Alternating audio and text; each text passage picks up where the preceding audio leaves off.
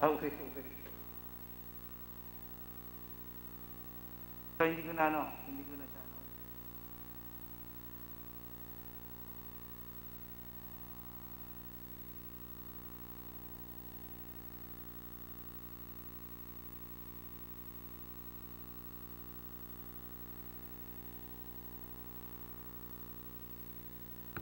Session resume.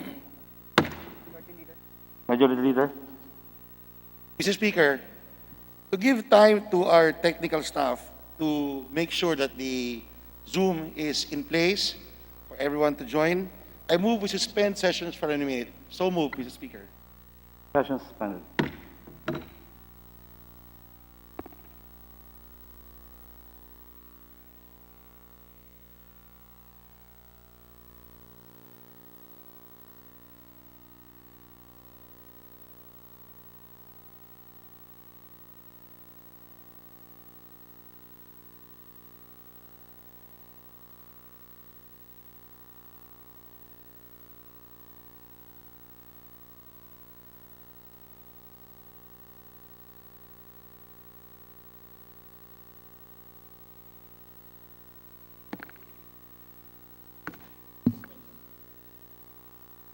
Sessions resume. Majority Leader. Mr. Speaker, I move we take up the additional reference of business and direct the Secretary General to read the titles of the bills and resolutions on first reading and refer to the proper committee for proper action. So move, Mr. Speaker. Secretary General so directed. Additional reference of business. Bills on first reading. House Bill number 7885, an act reinforcing and upgrading the PIDEA. Representative Hernandez. To the Committee on Dangerous Drugs. House Bill number 7887, establishing TESDA training and assessment centers in the province and in the 18 municipalities of Antique. Representative Legarda. To the Committee on Higher and Technical Education. House Bill number 7888, authorizing the President to expedite the processing and issuance of national and local permits, licenses, and certifications in times of national emergency. Representative Villafuerte. To the Committee on Rules. House Bill number 7889, 7893, and 7918, an act further amending Contractors Licensing Law. Representative Gonzales Aurelio, Momo Tulfo, Yap Eric, and Taduran. To the Committee on Trade and Industry. House Bill number 7890, institutionalizing distance education as a major component in basic education process. Representative Sevillano. To the Committee on Basic Education and Culture. House Bill number 7891, institutionalizing teleconferencing and video conferencing as alternative appearance of persons before government, its agencies, and instrumentalities. Representative Lacson. To the Committee on Civil Service and Professional Regulation. House Bill number 7892, providing for computers and other related technical equipment for all public school teachers. Representative Lacson. To the Committee on Basic Education and Culture. House Bill number 7894, providing for a Magna Carta for all workers in construction industry. Representative Tambunting. To the Committee on Labor and Employment. House Bill number 7895, granting mental health wellness leave to all employees in public and private sectors. Representative Tambunting. To the Committee on Labor and Employment and the Committee on the Civil Service and Professional Regulation. House Bill number 7896, instituting PWD's friendly transportation program in cities and urban centers of the country. Representative Tambunting. To the Special Committee on Persons with Disabilities. House Bill number 7897, requiring the employment of qualified lifeguards in all public swimming pools and bathing facilities. Representative Tambunting. To the Committee on Local Government. House Bill number 7898, strengthening the driver's education program through the establishment of driver's education centers and accreditation of driving schools. Representative Estrella and Sarmiento. To the Committee on Transportation. House Bill number 7899, institutionalizing the SAP in at least 4 quarterly tranches per annum. Representative Delmar. To the Committee on Poverty Alleviation. House Bill number 7900, saving families in severe hunger. Representative Delmar. To the Committee on Poverty Alleviation. House Bill number 7901, preventing the stunting of children and make every Filipino child healthier, brighter, and taller. Representative Delmar. To the Committee on Welfare of Children. House Bill number 7902, creating 10 additional branches of the Regional Trial Court and 5 additional branches of the Municipal Trial Court in cities in the 4th Judicial Region to be stationed at Antipolo, Rizal. Representative Puno. To the Committee on Justice. House Bill number 7903, protecting the rights of public utility bus drivers and conductors. Representative Tambunting. To the Committee on Labor and Employment. House Bill number 7906, establishing a mandatory evacuation center in all cities, provinces, and municipalities. Representative Cabochan. To the Committee on Disaster Resilience. House Bill number 7907, granting birthday cash gift amounting to 1,000 pesos to registered PWDs. Representative Cabochan. To the Committee on Health. The Special Committee on Persons with Disabilities. To the Special Committee on Persons with Disabilities. House Bill number 7908, amending the mandatory reporting of notifiable diseases and health events of Public Health Concern Act. Representative Cabochan. To the Committee on Health. House Bill number 7909, mandating paid pandemic leaves in the private sectors. Representative Rosas, Zarate, Gaite, Colyamat, Castro Franz, and Ilago. To the Committee on Labor and Employment. House Bill number 7910, declaring the coconut levy assets as a trust fund. Representative Suarez David. To the Committee on Agriculture and Food. House Bill number 7911, declaring Dibulo Falls in Dingipe, Isabela as tourist destination. Representative Tan Alisa. To the Committee on Tourism. House Bill number 7912, developing and strengthening the agricultural education and training in the country. Representative Alonte.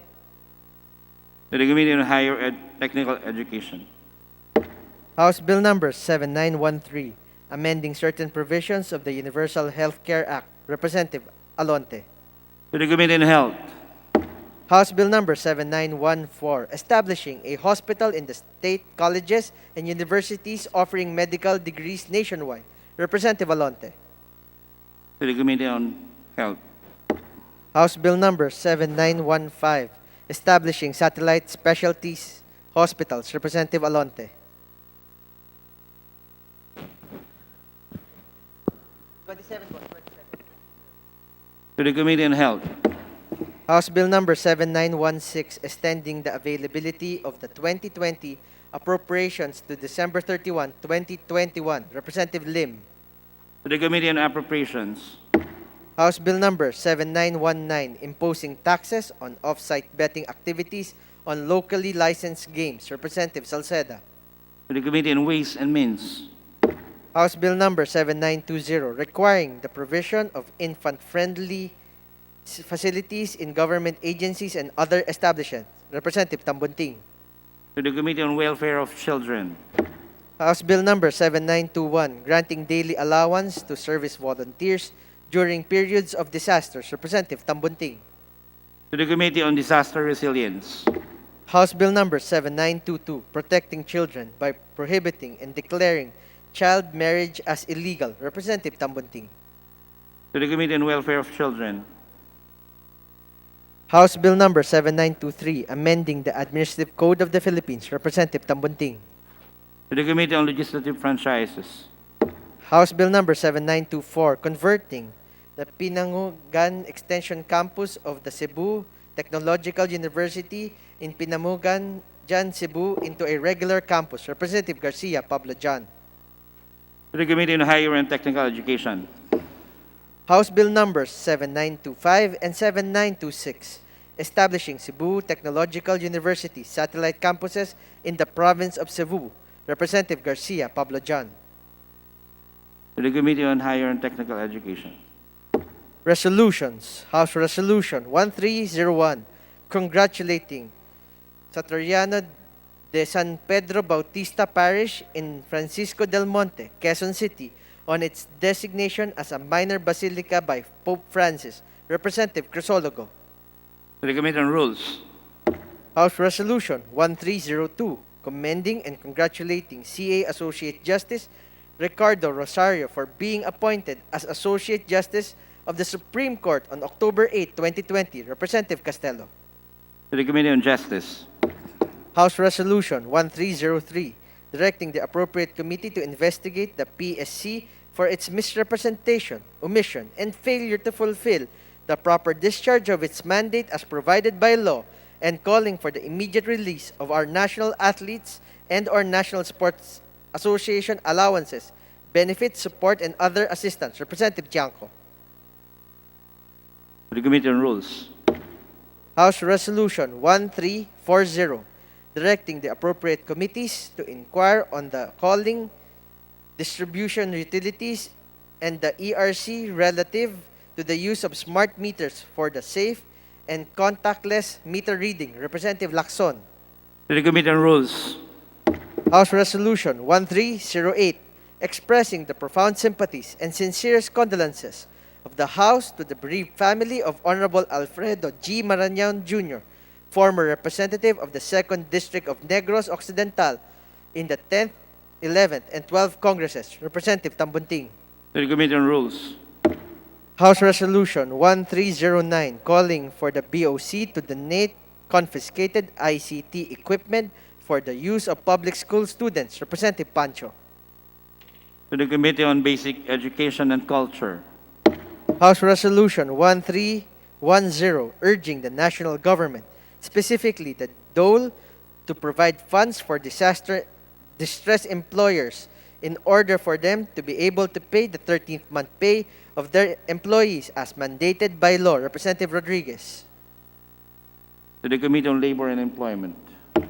House Resolution 1311, investigating the vandalisms perpetrated in our cities and across the nation, especially those by so-called artists and youth groups that promote the terrorist NPA and its attack against the government and our government troops. Representative Cardema. To the Committee on Rules. House Resolution 1312, calling for the immediate investigation of alleged unfair and or abusive practices of banks, quasi-banks, lending companies, and credit card companies. Representative Lopez. To the Committee on Rules. House Resolution 1313, urging the House Committee on Welfare of Children to investigate the alarming spike of the number of cases on online sexual exploitation of children during the pandemic.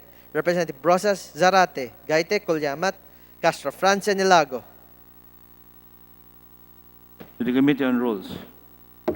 House Resolution 1314, 1319, and 1320, expressing the profound sympathies and sincerest condolences of the House to the bereaved family of MNLF Chairman Yusuf H. Jikiri, former representative of the 1st District of Sulu in the 14th Congress, former Deputy Regional Governor of the now-defunct ARMM, and former Governor of the Province of Sulu, Representative Tambunting, Hataman, Arbison, Sangcopan, Velasco, Romualdez Ferdinand, and Paduano.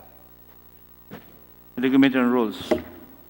House Resolution 1315, expressing profound sympathies and sincerest condolences of the House to the bereaved family of former COMELEC Chairman and retired Supreme Court Associate Justice Jose Armado R. Melo. Representative Tambunting. To the Committee on Rules.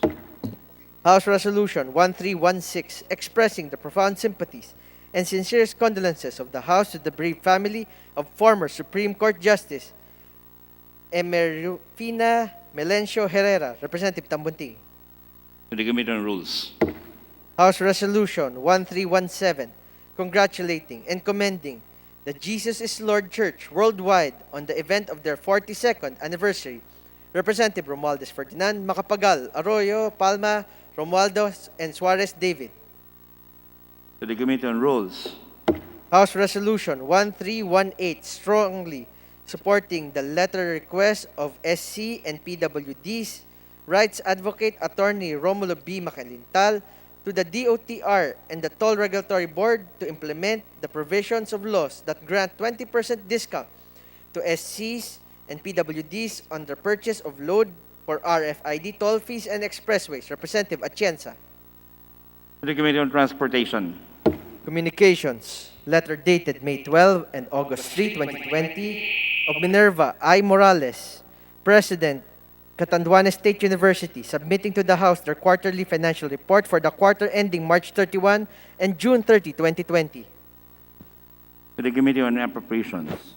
Letter dated 9 July 2020 of Attorney Ramon A. Orfanel, Office of the Municipal Mayor, Catanduan, Quezon, transmitting to the House copy of their management letter on the Philippine Rural Development Project for the year ended December 31, 2019. To the Committee on Appropriations.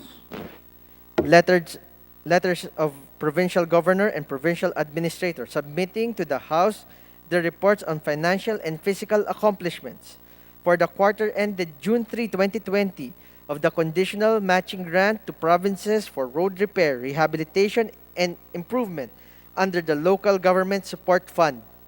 To the Committee on Appropriations. Letters dated July 27, 28, and August 20, September 1 and 2, 2020 of state auditors, NGS, SUCs, and other NGS standalone agencies, COA, furnishing the House of copies of the calendar year 2019 annual audit reports on various agencies and SUCs. To the Committee on Appropriations. Letters dated July 29 and August 26, 2020 of Cesar R. Dulay, Commissioner, BIR, DOF, forwarding to the House their budget and financial accountability reports as of June 30, 2020 and consolidated monthly report and disbursement for the month of July 2020. To the Committee on Appropriations. Letter dated August 3, 2020 of Archimedes H. Viaje, PhD, Mensa CESE, President, National Defense College of the Philippines, submitting to the House their status report on the actions taken by audit observations and recommendations for calendar year 2019 using the agency action plan and status of implementation. To the Committee on Appropriations.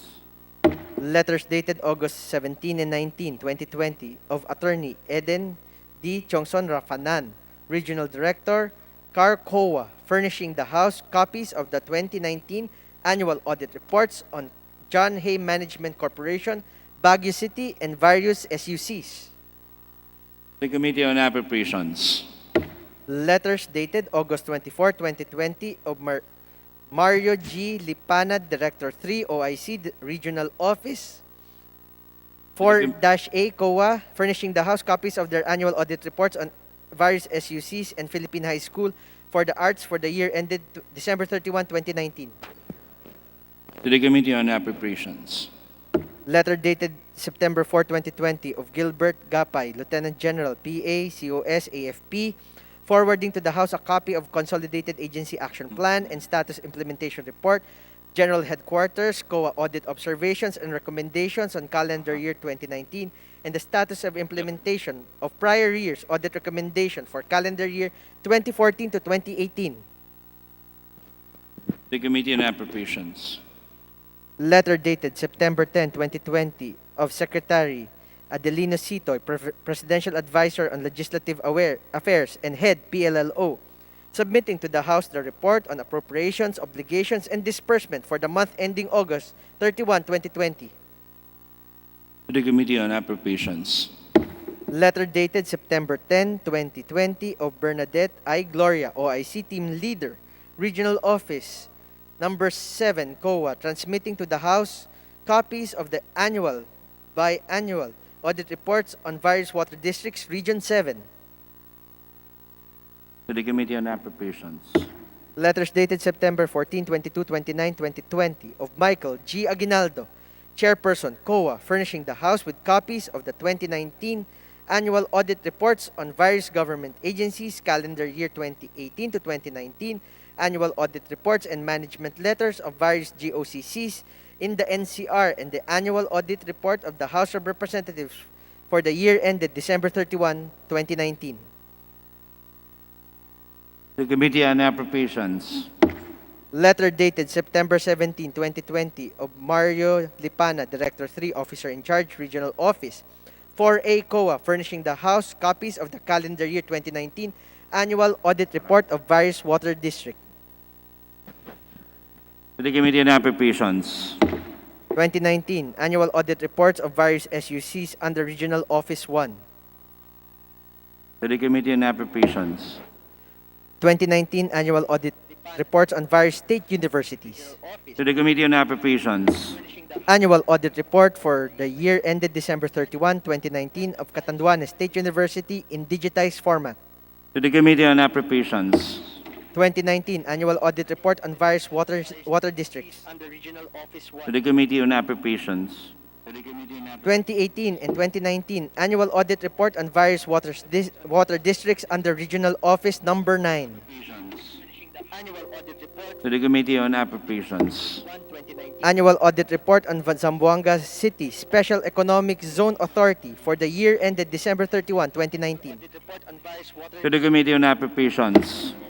Annual audit report on the Fividec Industrial Authority for the year ended December 31, 2019. To the Committee on Appropriations. Annual audit report on Bukidnon Forest Incorporated, Malaybaylay City for the year ended December 31, 2019. To the Committee on Appropriations. 2019 annual audit report of the BIR. To the Committee on Appropriations. Report dated October 16, To the Committee on 2020 Appropriations. of Gisela Bighani Sipin, Secretary General, House of Representatives, on enrolled House Bill numbers 2444, 6035, 6036, 6144, 6218, 6365, and 6499, transmitted to the Office of the President for His Excellency's consideration, signature pursuant to Section 18H, Rule 6 of the Rules of the House of Representatives. Committee reports. Report number 564 of the Committee on Revision on Laws on House Bill number 7886. Report number 565 of the Committee on Banks and Financial Intermediaries on House Bill number 7904. Report number 566 of the Committee on Labor and Employment on House Bill number 852. Report numbers 567, 568 of the Committee on Tourism on House Bill numbers 7905 and 7917.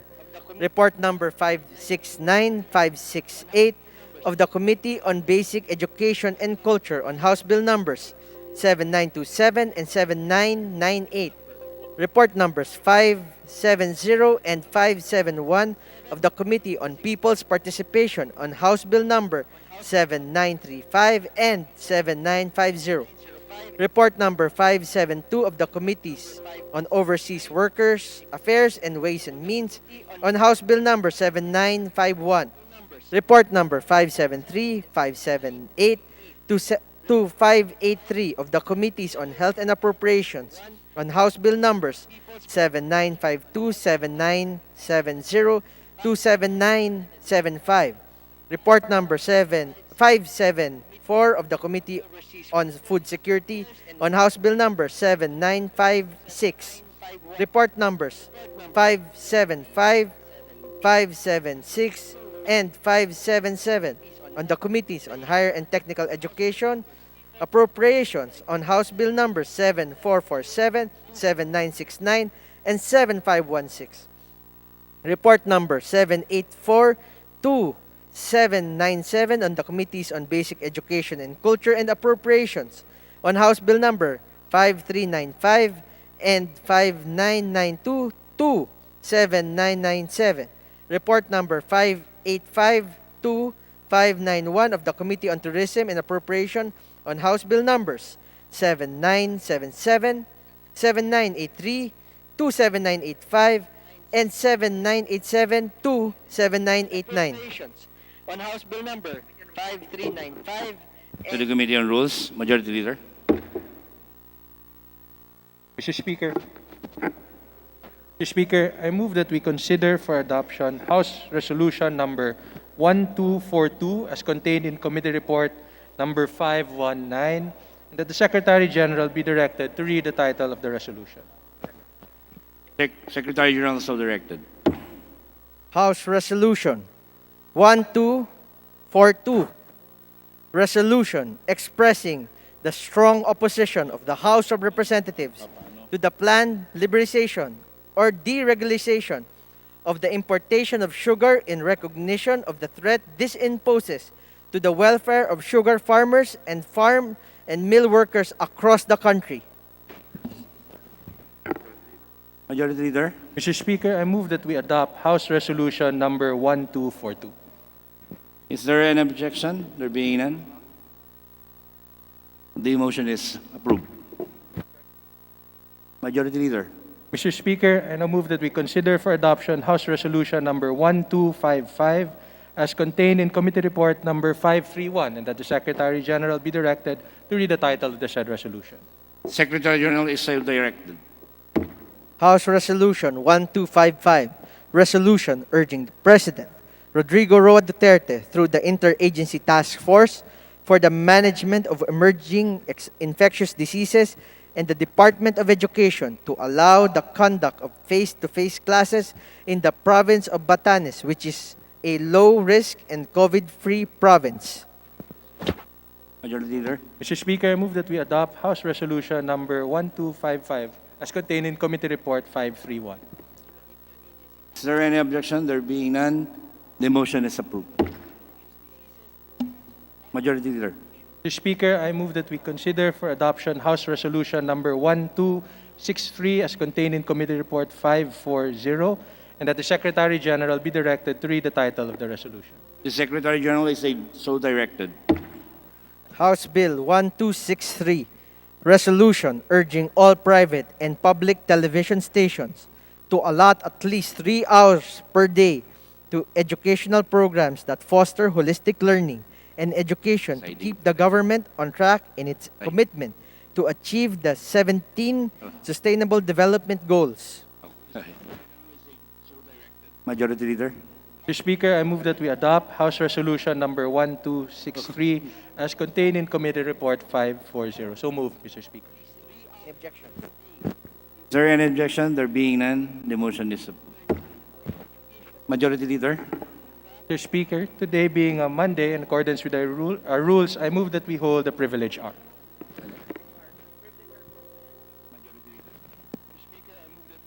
The privilege hour is open.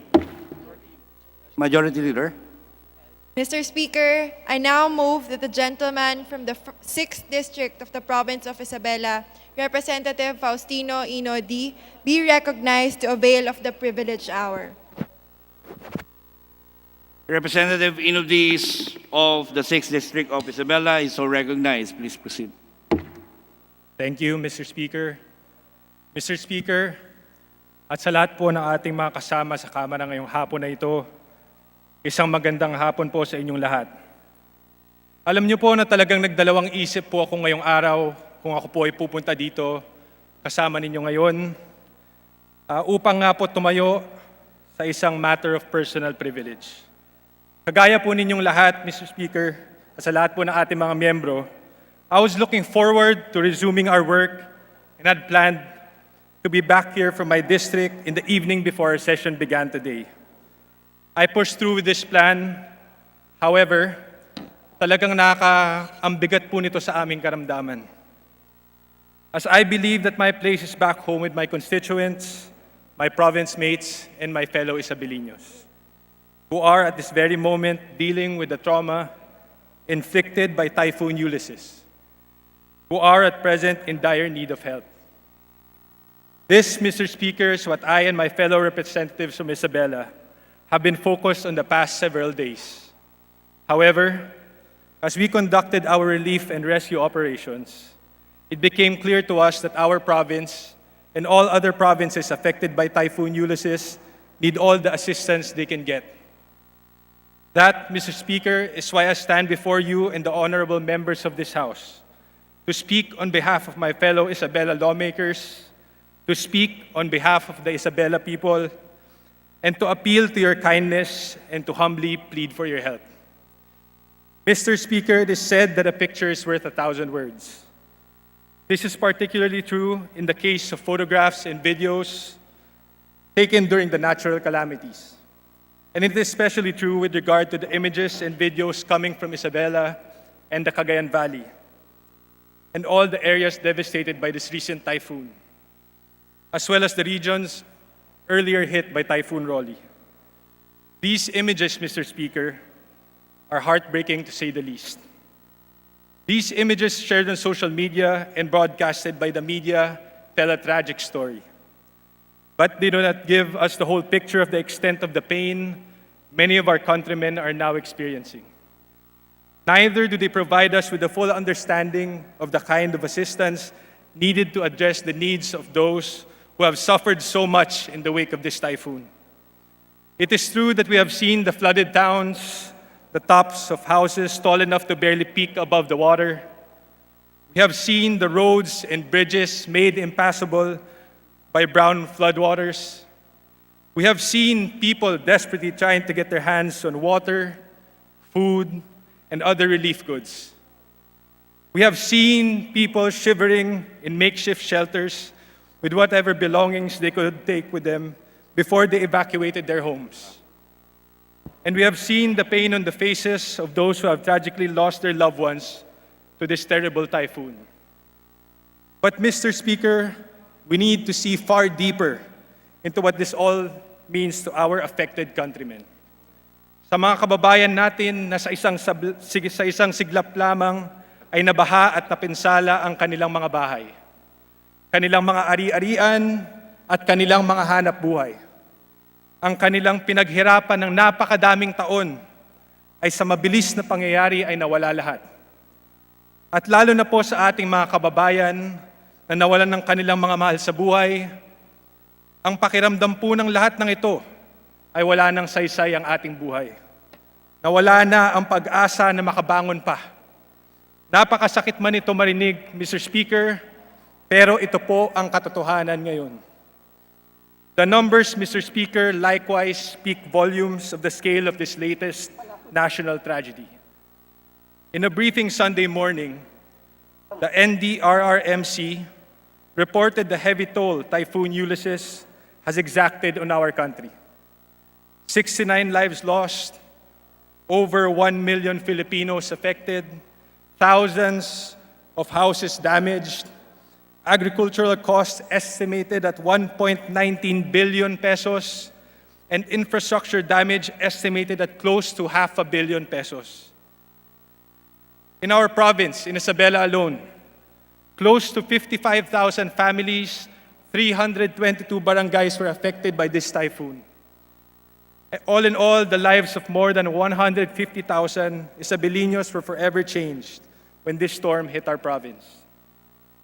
What is even more worrisome, Mr. Speaker, is the adverse impact of Typhoon Ulysses on the agricultural sector in the province, considered one of the country's major food baskets. We are the top producer of corn in the country, and we produce the second most volume of rice nationwide.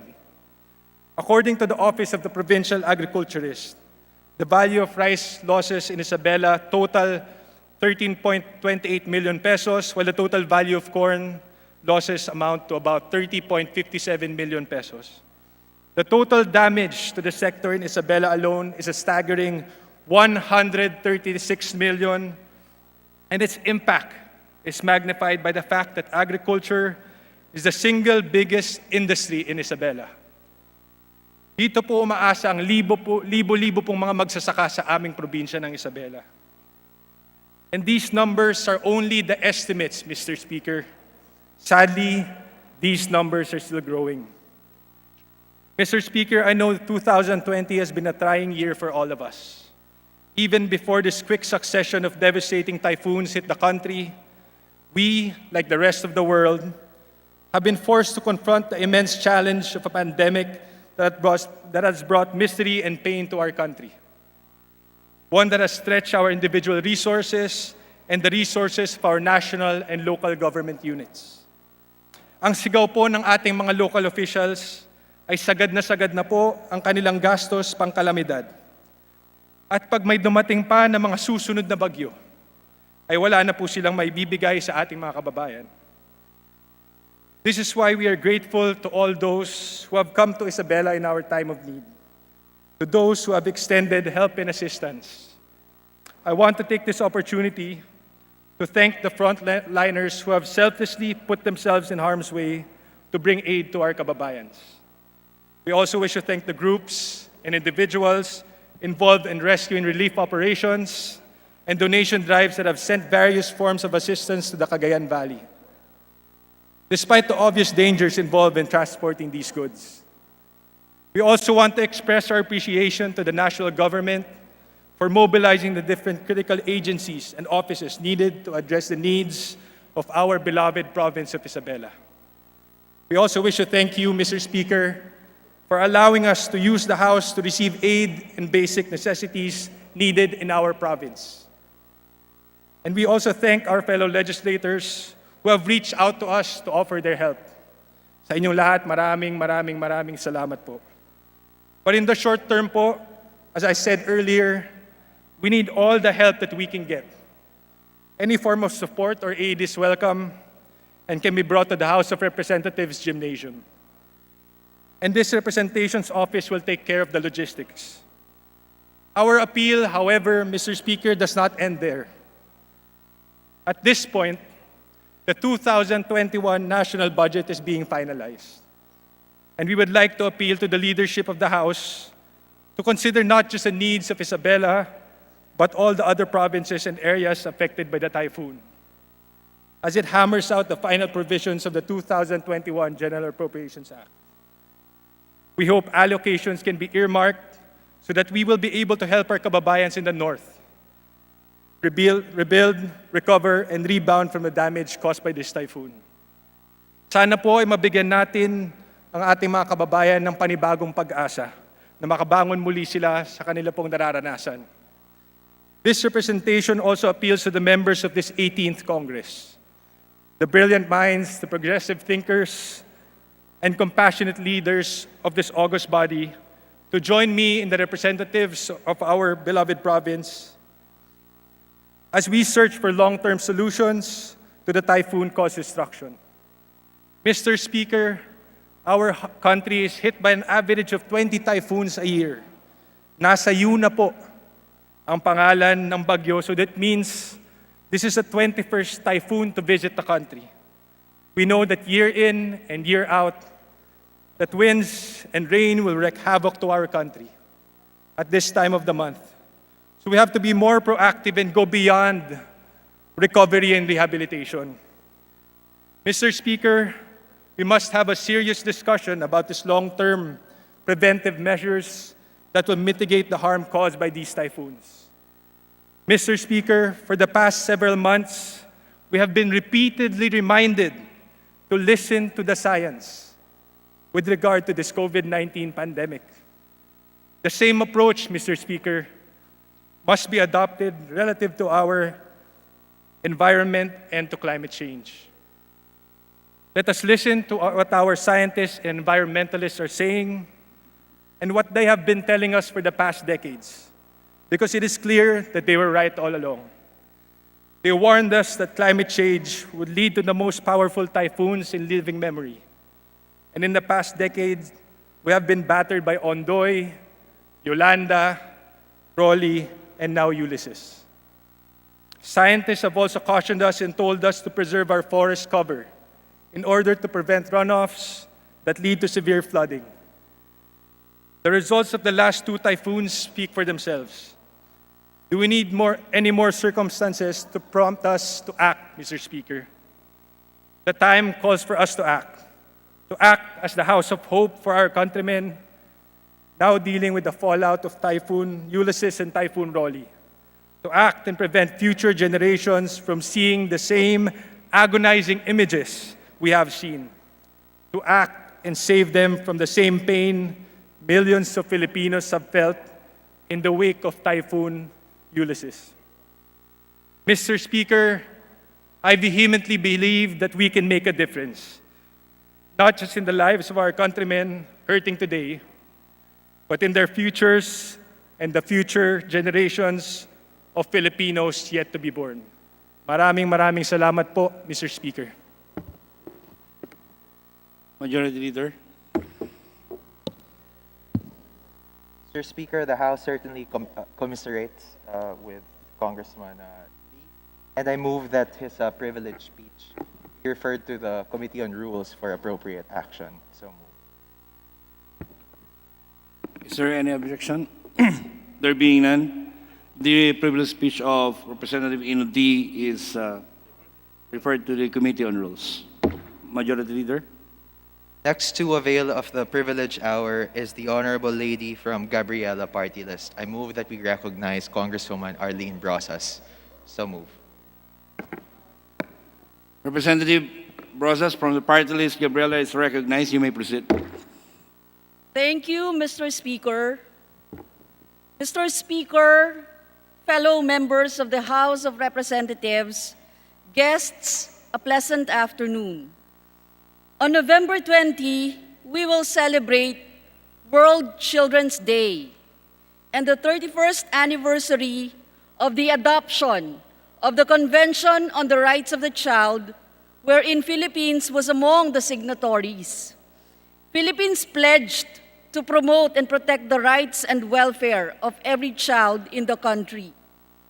Such commemoration will happen against the backdrop of glaring violation of children's rights amid the pandemic and the calamity that we are in now.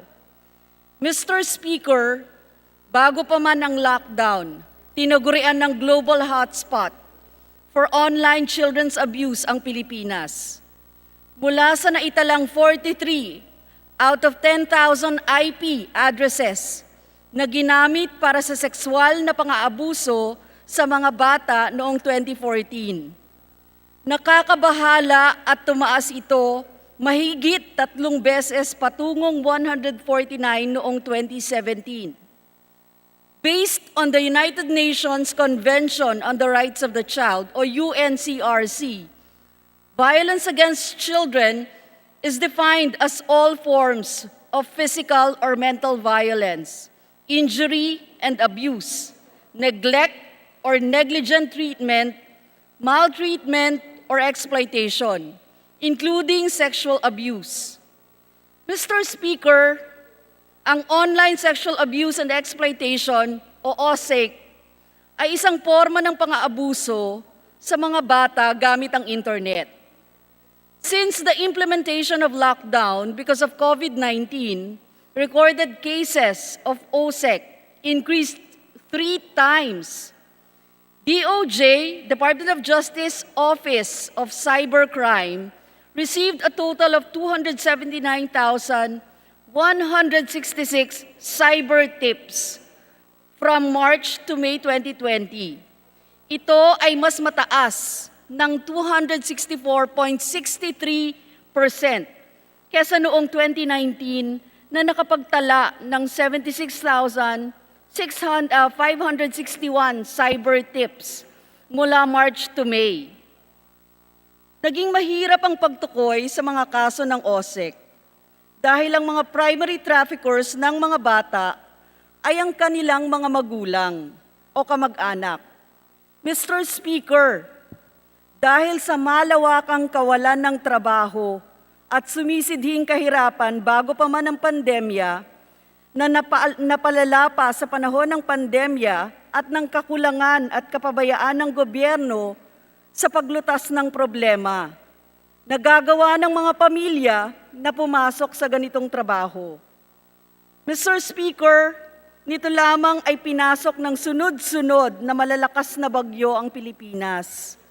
Napakaraming mamamayang Pilipino ang naapektuhan nang sumalanta ang bagyong Rolly, Shoni, Tonyo at Ulysses. Lubog sa baha ang mga bahay. Nawala sa isang iglap ang mga pinundar na mga gamit at mas lalong humirap ang dati ng mahirap na kalagayan. Sa ganitong sitwasyon na naisasandal sa pader ang ating mga kababayan, ang kawalan ng maagap na tulong para sila ay mabilis na makabangon ay maglalagay sa mga pamilya lalo na sa mga bata, sa higit na vulnerableng sitwasyon para biktimahin ng mga sindikato at sexual predators. Mr. Speaker, ayon sa naitala ng United Nations Office for the Coordination of Humanitarian Affairs, tinatayang 724,000 na bata ang apektado ng Bagyong Rolly. May litrato ng isang sanggol na nilagay sa palanggana upang maisalba. May mga sanggol na inakyat sa bubong para mailigtas. Ngunit sa likod ng pangyayaring ito, maraming bata ang nalunod at namatay. Sa ngayon, marami pa rin sa mga biktima ay nasa evacuation centers, kung saan mas vulnerable sila, lalo na ang mga bata, hindi lamang sa sakit na COVID-19, kundi pati na rin sa abuso. Mr. Speaker, maiiwasan ang ganitong pangyayari at maisasalba ang buhay ng libu-libong Pilipino at mga bata kung sa una pa lang ay nagkaroon na ng pagpapahalaga ang ating pamahalaan sa hirap na dinaranas ng mamamayang Pilipino at pagpapahalaga sa kalikasan ng ating bansa. In fact, the Duterte administration has allowed to operate against several mining firms shut down during the DENR stint of the late Gina Lopez, including Berong Nickel Corporation and Zambales Diversified Metals Corporation. Most of the NEDA-approved ongoing projects are potential triggers of massive flooding, including the Bulacan Aerotropolis project that will destroy hectares of mangroves, which are natural buffers against rising water levels along northern Manila Bay. Nariyan din ang pagpapatayo ng Kaliwa Dam, nasisira sa bundok ng Sierra Madre, na nagpoprotekta sa atin mula sa mga bagyo. Mahigit 100 mapanirang dam pa ang ipapatayo sa iba't ibang panig ng bansa na may basbas ng Bayanihan 2 at Administrative Order No. 32. Laganap din ang quarrying sa Rizal at sa mismong paligid ng Bulkang Mayon, kung saan nakaranas ng lampas taong baha ang mga nakatira doon. Mr. Speaker, by policy design, the government is increasing our climate vulnerabilities by pursuing projects that destroy natural buffers and deplete our resources. The green light has been given to corporate environmental plunder at the expense of our people, and most especially our children.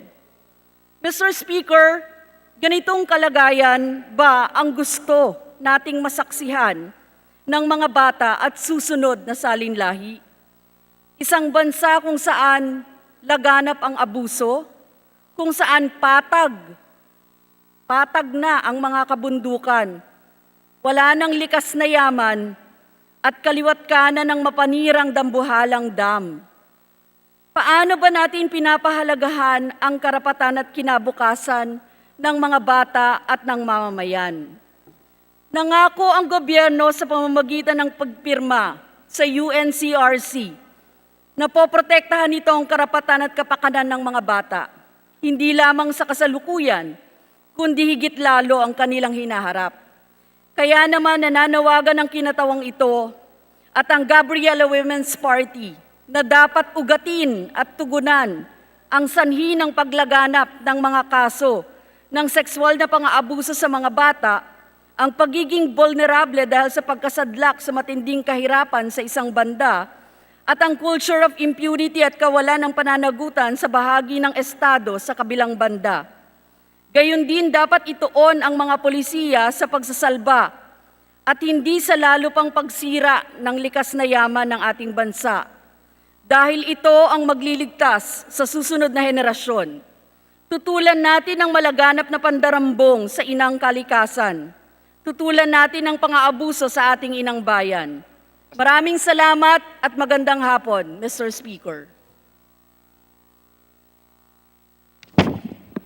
Majority Leader.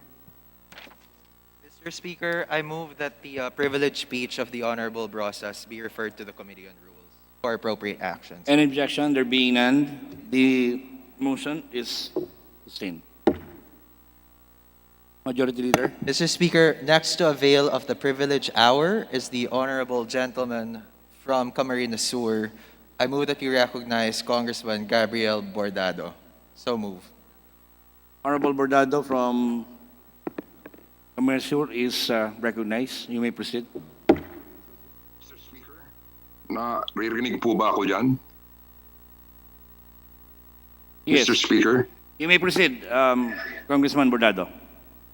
Thank you, Mr. Speaker. Mr. Speaker, the Philippines is no stranger to the turbulent and sometimes cruel beatings of Mother Nature.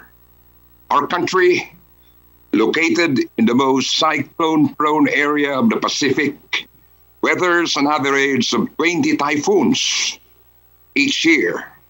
And while this average number of storms is in itself already such an astounding number, the relentless battering we have received from typhoon after typhoon in just the span of a couple of weeks takes the level of devastation in the country to a whole new notch. The Bicol region is among the regions heavily impacted by the typhoons passing through the Philippines each year. Its geographical location makes it more prone to devastation brought about by countless storms and typhoons. Many Bicolanos rely on agriculture and fishing as a source of income and therefore are especially vulnerable to the hazards of the unforgiving weather. The whole world was and is still in the throes of battling the COVID-19 pandemic and its effects to our health and economy when Typhoon Quinta made the first of its 5 landfalls in the province of Albay last October 25, 2020. It has left countless of families affected and 2.56 billion pesos in damages in its wake. But not even a week later, Super Typhoon Rolly, the strongest typhoon to hit the Philippines this year, tore through the region and parts of South Luzon, affecting more than 230,000 families. The typhoon felled trees, damaged power lines, submerged multiple municipalities in deep flood, and left families still reeling from the effects of the previous typhoon, displaced and facing a whole new tragedy. Super Typhoon Rolly cost 11 billion pesos in damages, of which 7.2 billion pesos of the damages in infrastructure and 2.3 billion pesos in agriculture are from the Bicol region alone. The cries of help from our countrymen due to the onslaught of recent extreme weather conditions have not yet had the chance to die down. And yet, here we are again, facing the havoc wreaked by Typhoon Ulysses, whose destruction has left large parts of Luzon with record-breaking floods. These events might paint a picture of Filipino resiliency and bayanihan to some. And while the Filipinos are indeed rising above the challenges to help one another survive the battering we have endured, it is not a picture we ought to romanticize. Instead, we need to delve into these back-to-back ravages, more ominous message, a warning, an alarm that tells us a bigger problem is at hand: climate change. Climate change ceased to be something we theorize about or an issue being dealt with by nations halfway across the globe. It is here, and we are currently feeling the full brunt of it through the torrential rains flooding our roads and demolishing our homes. extreme bouts of drought drying out our fields, and fluctuating temperatures threatening our diverse ecosystem. Climate change is not something that we wouldn't need to worry about for just a few years. It is being felt here in the Philippines now, and it is a matter that demands urgency and our full attention. The number of storms and typhoons in the Philippines with a year might be the norm, considering our location in the Pacific Belt. But the consecutive desolation of extreme weather events, one occurring so close after another, is not. Still, for a country prone to such perils, our budget for disaster and risk management programs has significantly been getting lower in recent years, right at the time when its importance is being highlighted more than ever. And while bills, laws, and other programs have long been created and put in place to help combat the effects of climate change in the country, it seems that their implementation and development would use more rigorousness and seriousness. Resiliency or adaptability to these challenges brought about by numerous typhoons are not in themselves unfavorable traits, but it is high time we swap resiliency for preparedness and proactivity. We could no longer afford to be complacent, to scheme by with just doing the bare minimum for our people, or to put our personal interests or profit and gains over the well-being of the current and future generations. What we need now is to fully and truly acknowledge that the earth is rapidly changing, not for the better because of our unchecked activities, and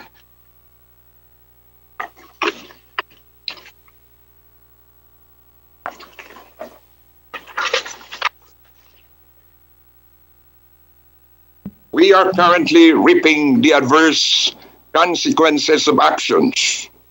What we need is the plan and the action now, not in 5 or even 3 years, but now. The whole of Bicolandia, Mr. Speaker, and other parts of the country, some of which are still submerged in floodwater, is indeed imploring your help for the recovery from this aggressive beating from Mother Nature.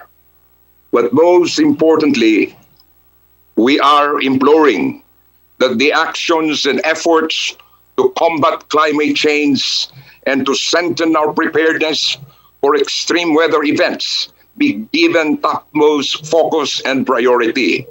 It might seem that our plates are near overflowing with the persistent rise and spread of COVID-19 in the country. But if the recent tragedies are telling us something, it is that climate change crisis is just as daunting, if not more threatening. And it is a crisis that we could not reverse if we do not act swiftly. Mr. Speaker, at this juncture, let me thank all the members of the House of Representatives, led by Speaker Lord Alan Velasco, Majority Floor Leader Martin Romualdez, and Minority Floor Leader Joseph Paduano, for extending assistance to my district. Special mention should be given to Congressman Leo Rafael Cueva of the 2nd District of Negros Occidental for directly coordinating with my office.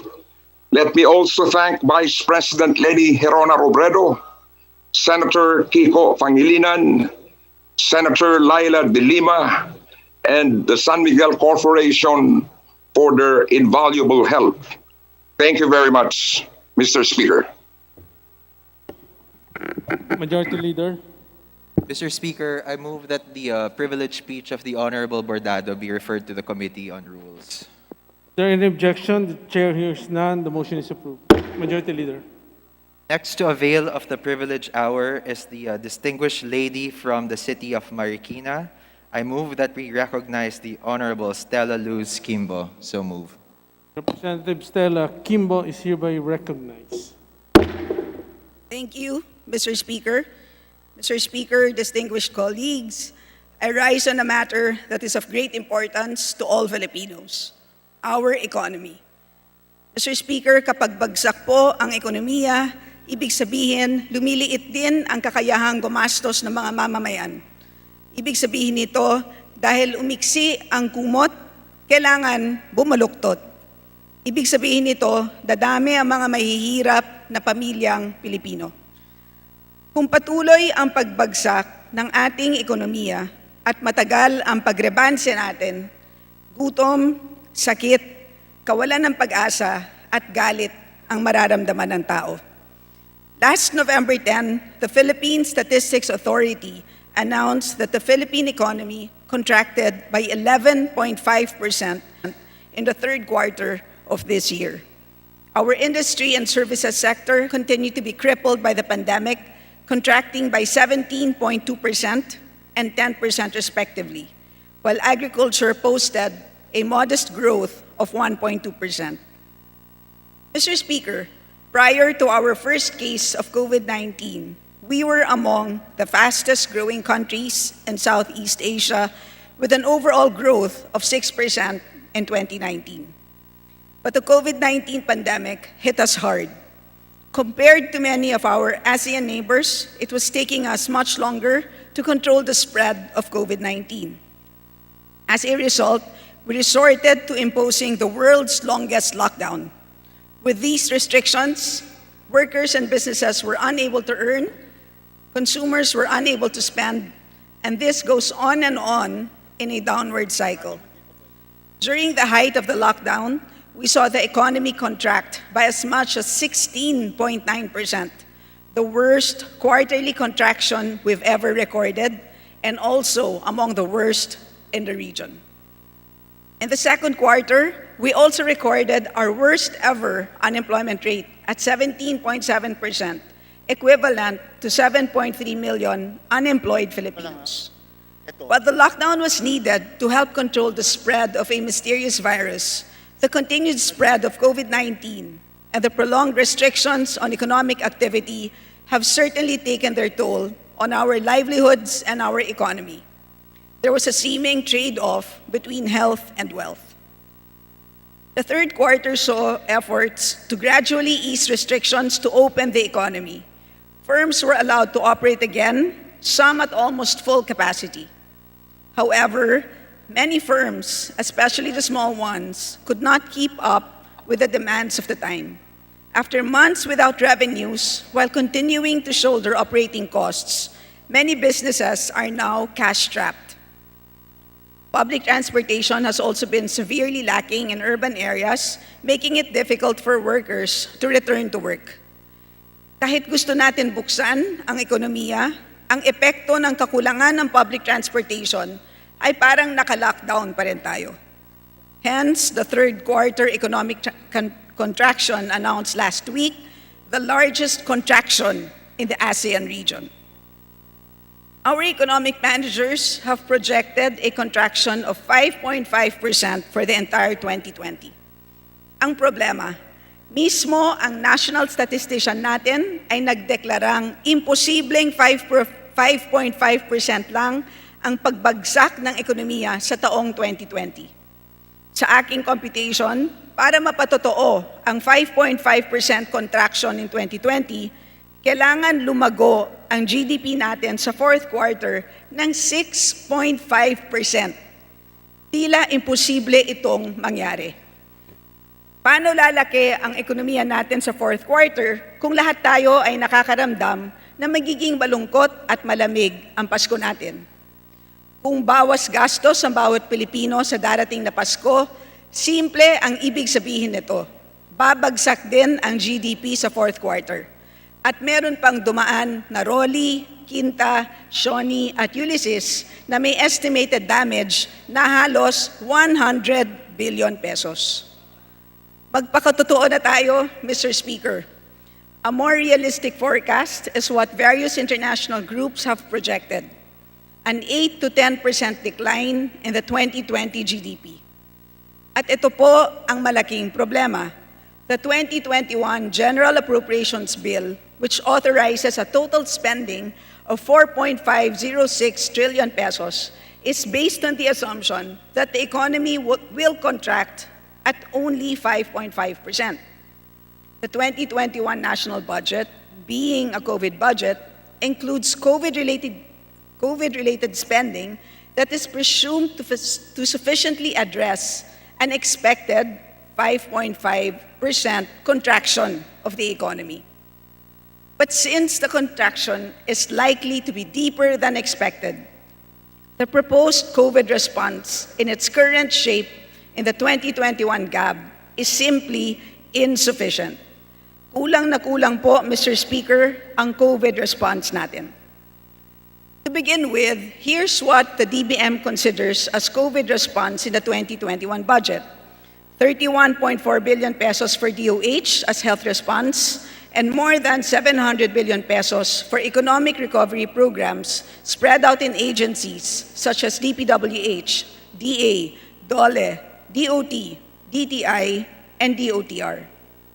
Completing the response is the COVID-19 expenditures in DepEd, DSWD, NEDA, among others, amounting to 33.6 billion pesos. The total amount of COVID response in the 2021 GAB, according to the DBM, Mr. Speaker, is 838.4 billion pesos. But what can be misleading, Mr. Speaker, is that a huge chunk of this amount, 590 billion pesos, is for infrastructure as part of Build, Build, Build, which we have been planning for even before the pandemic. So I have reservations tagging this amount as a COVID response.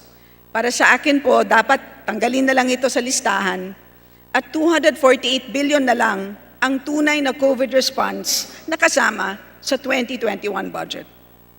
Kahit idagdag pa natin dito, Mr. Speaker, ang 165 billion pesos spending sa ilalim ng Bayanihan to Recover as One Act or Bayanihan 2, napakaliit pa rin ng 413 billion pesos para sa COVID response. This is equivalent to only 2.12% of GDP. Buti pa ang ibang bansa sa ASEAN, di hamak na mas malaki ang nakalaan para sa COVID response. 18.7% sa Malaysia, 18.2% sa Singapore, 13.2% sa Thailand. Sa laki ng nawala at patuloy na mawawala sa ekonomiya, kulang na kulang po ang halagang ito para makabangon ang ating ekonomiya. Moving from a 5.5% contraction of GDP to a 10% contraction means losing an additional 900 billion pesos. So, from an expected 2.4 trillion peso loss, we now stand to lose 3.3 trillion pesos. Pag-isama pa natin dito ang economic damage na taglay ng bagyong Rolly, Quinta, Shawnee at Ulysses, aabot ang total economic damage sa 3.4 trillion pesos. A 413 billion peso response to a 3.4 trillion economic loss is clearly not enough. This is akin to using a fire extinguisher to kill a forest fire or taking aspirin to cure cancer. Mr. Speaker, in this regard, I urge this august chamber, our counterparts in the Senate, and the Executive Department to come together anew and enact a Bayanihan 3. Mala telenovela ang haba ng pandemya, kaya't kailangan na din ng Part 3 sa ayuda. Bayanihan pa more ang kailangan natin.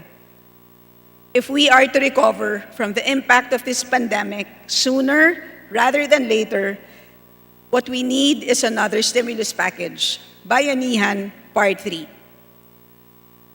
Mr. Speaker, esteemed colleagues, two words come to mind when we listen to the Philippine narrative of COVID: economic resilience.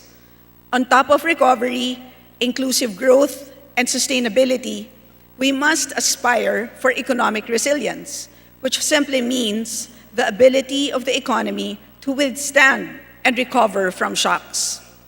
In the context of COVID, economic resilience includes having a health sector with adequate capacity to provide critical care and to care for the frontliners.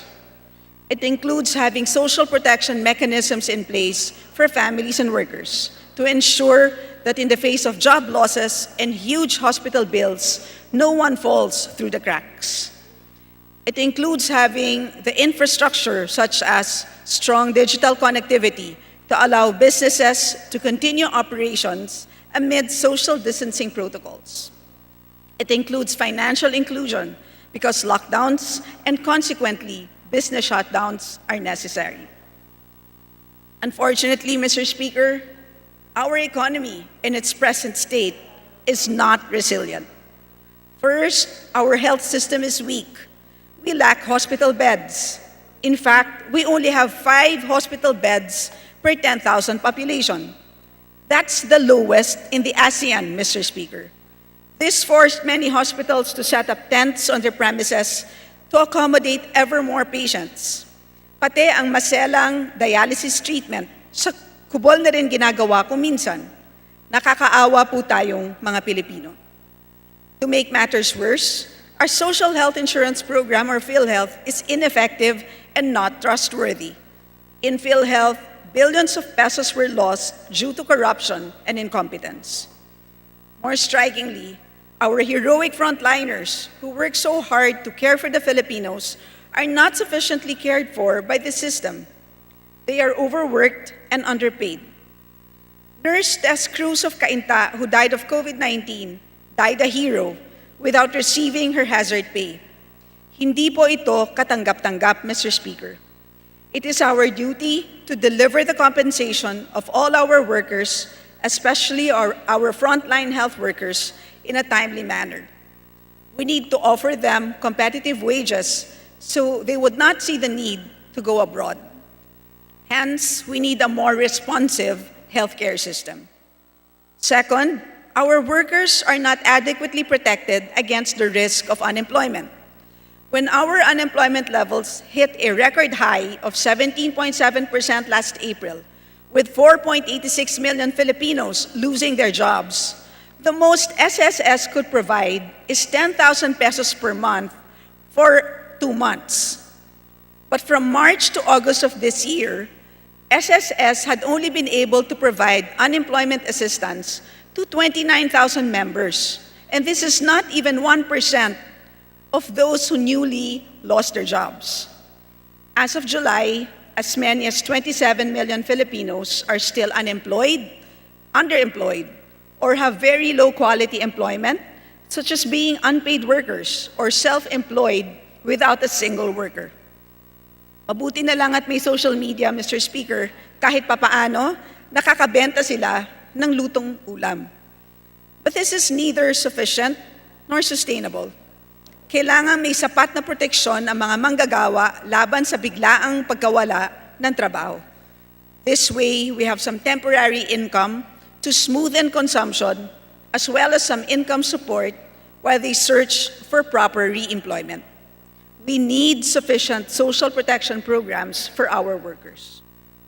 Third, our business environment is not competitive and does not provide sufficient government support and impetus for innovation, which is the key to business continuity during the pandemic. Wala pang lockdown, binayo na ng COVID ang tourism sector dahil kinailangan natin magpatupad ng flight bans simula Pebrero. Recently, some of our tourist destinations have reopened with the help of new ideas like travel bubbles. Many small retailers and entrepreneurs struggled and had to learn to adjust their businesses amidst COVID. Some have adjusted their product lines, keeping up with the demand for new COVID-friendly products, such as face masks. Many changed how they operate to be compliant with minimum health standards or simply opting to shift to online platforms.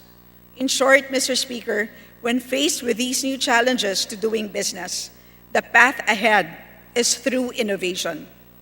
Pero kailangan ng suporta ng gobyerno. For travel bubbles to be sustained, subsidies for testing are needed. For small businesses to be more responsive to market opportunities, government must provide capacity-building programs to help with reskilling and retooling their workers, revamping their operations, accessing new market opportunities, and ensuring an uninterrupted supply chain. Fourth, 77% of Filipinos continue to be unbanked and therefore without access to formal banking institutions. Kaya kahit na dinagdagan ng Bayanihan 2 ang pautang sa Land Bank, DBP at Small Business Corporation ng halos 35.5 billion pesos, baka matulog lang ang pondo na to kung hindi natin paliliitin ang informal economy o pahihirapan natin maging registered ang mga negosyo o hindi natin tutulungan kumonekta sa financial institutions o platforms ang mga maliliit na negosyo. About 99% of our businesses are MSMEs. The Philippines has 1 million formal MSMEs, and by my own estimate, about 5 million more in the informal sector. A survey by ADB revealed that 47.5% of our MSMEs had to use their own funds and retained earnings to survive the pandemic. Thanks to proactive monetary policy, loanable funds have been made available, but many MSMEs still have trouble availing of such funds. Only 4.4% of micro, 5.7% of small, and 16% of medium-sized firms were able to successfully get bank credit at the height of the lockdown. Government must therefore take active steps to promote financial inclusion and help our MSMEs gain access to credit in order to help them stay afloat. Fifth, our schools are schools of the past rather than the future. Teachers and students are not equipped for flexible learning in the time of COVID. A DepEd survey showed that only 49% of public school teachers have internet access as of July of this year. With distance learning ongoing since last month, teachers are continuously incurring new internet expenses, further reducing their meager income. Many teachers and students don't have the needed gadgets at home. Hindi naman pwedeng tumigil ang pag-aaral ng ating mga anak, tulad na nangyari noong World War I at II. We cannot afford to lose our competitiveness in the global labor market. Hindi naman din natigil ang pag-aaral ng mga estudyante sa mga iba't ibang bansa na kalaban natin sa global markets. Hence, government must provide allowances to help cover these new costs to conduct flexible learning. Sixth, in the broader context, there is an urgent need to improve the quality and affordability of internet around the country. According to the World Bank, we are far below the ASEAN average in terms of internet affordability and speed. Paano po ang online class o businesses kung sobrang bagal ng internet? Some major hurdles include the insufficiency of our ICT infrastructure and the lack of competition across different levels of the supply chain for telcos. By enacting or amending laws to ramp up the rollout of new digital infrastructure, as well as to encourage interconnection, competition, and open access, we can drastically improve our internet services to the benefit of our schools, homes, and businesses. Kaya, Mr. Speaker, sa pagbabalangkas ng isang Bayanihan 3, ito ang sitingin kong kailangan gawin. Una, kailangan ng ayuda para sa mga pinakamahihirap na pamilyang Pilipino habang may pandemya. This is to ensure that those who continue to be most impacted by lockdowns can cover basic needs, and those who must isolate due to COVID can rest easy, knowing that their families will be provided for while they cannot work. We also need additional unemployment assistance through DOLE, as so many workers continue to be out of work, and many more are still at risk until we get a handle of the COVID situation. Moreover, Mr. Speaker, Bayanihan 3 must incentivize businesses to preserve and restore jobs. Right now, as businesses are struggling financially, it is the workers who are at risk. Bayanihan 3 should provide worker subsidies to pay for testing and sick leaves for workers with COVID. Isama na rin ang overtime pay to enable staggered work hours and multiple shifts, which will maximize the deployment of workforces amidst social distancing requirements. If businesses are subsidized, then we can help to minimize the risk of job loss for workers. Bayanihan 3 must also provide sufficient funds for retooling, reskilling, and other capacity-building programs for our critically impacted businesses, as well as internet allowances to teachers and students. These funds will go a long way toward ensuring that businesses and schools are able to adapt to the challenges of COVID and continue to operate effectively. The most crucial required intervention is to ensure adequate funding for vaccines. Bayanihan 3 must fill in whatever existing budgetary gap and ensure that we are able to procure the number of vaccines needed to eradicate COVID-19 in the country. At ang posibleng mangyari, Mr. Speaker, ay makikipag-unahan ng mga bansa sa pila sa mga supplier ng vaccine. Hence, Bayanihan 3 should also authorize the executive to enter into advanced purchase agreements with vaccine suppliers. We should all be reminded that the vaccine is the only way that we can return to our original trajectory of growth. We must prepare well for the advent of the vaccine. Bayanihan 3 must also help ensure that the government prioritizes funding projects which are implementation ready and which highly impact economic growth, specifically infrastructure. Many such previously programmed infrastructure projects were discontinued as a result of Bayanihan 1, only to find out during the budget hearings that as much as 1.3 trillion pesos of the 4.099 trillion 2020 budget continue to be undisbursed. And infrastructure that will boost economic resilience must include housing.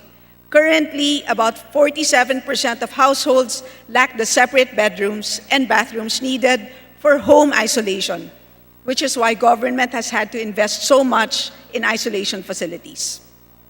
Bayanihan 3 must also be a vehicle for promoting financial inclusion by easing the requirements for formalizing our MSMEs and providing them with credit mediation services. Mr. Speaker, many MSMEs lack experience in negotiating for loans and dealing with formal lenders. Simply providing assistance in navigating the process can go a long way in helping our small businesses stay viable. With all of these interventions, Bayanihan 3 must include sufficient monitoring mechanisms to ensure that the measures provided therein are well-targeted and that disbursements are proper and timely. Mas mabuti po siguro kung bubuo tayo ng isang joint executive and legislative council para masiguro na ang pagpapatupad ng Bayanihan 3 ay tapat at epektibo. Finally, and most importantly, Bayanihan 3 should institutionalize a long-term plan for economic resilience to be formulated by NEDA. Mr. Speaker, just a few days ago, another shock hit the economy. Dumating ang Ulysses at matinding tinamaan po ang aking lungsod, ang Marikina City. Maraming stranded sa bubong ng kani-kanilang bahay, may ilan na binawian ng buhay, at libo-libo ang mga inilikas. Madudurog po ang inyong puso kapag narinig nyo at nakita ng personal ang sinapit na Marikina. Babangon ulit kami, pero kailangan namin ng tulong mula sa gobyerno. Kailangan ng dagdag economic stimulus sa mga lugar na nasalanta ng bagyo. Kailangan ng cash for work, cash for cleanup, cash for home building. Kailangan ng subsidy para sa yero at plywood. Babangon ulit kami, pero ang tanong, ganito na lang ba palagi tuwing may malakas na ulan? Once and for all, tuldukan na natin ito. Kailangan na ng permanenteng solusyon ang pagbabaha. Kailangan pagplanuhan ang malawakan at coordinated na flood control program at pigilin na ang mapagpinsalang quarrying at illegal logging. A long-term plan for economic resilience shall necessarily include disaster resilience. Nang sa gayon, sa hinaharap, mas handa na ang bansa at mas madali na itong makakabangon mula sa sakuna.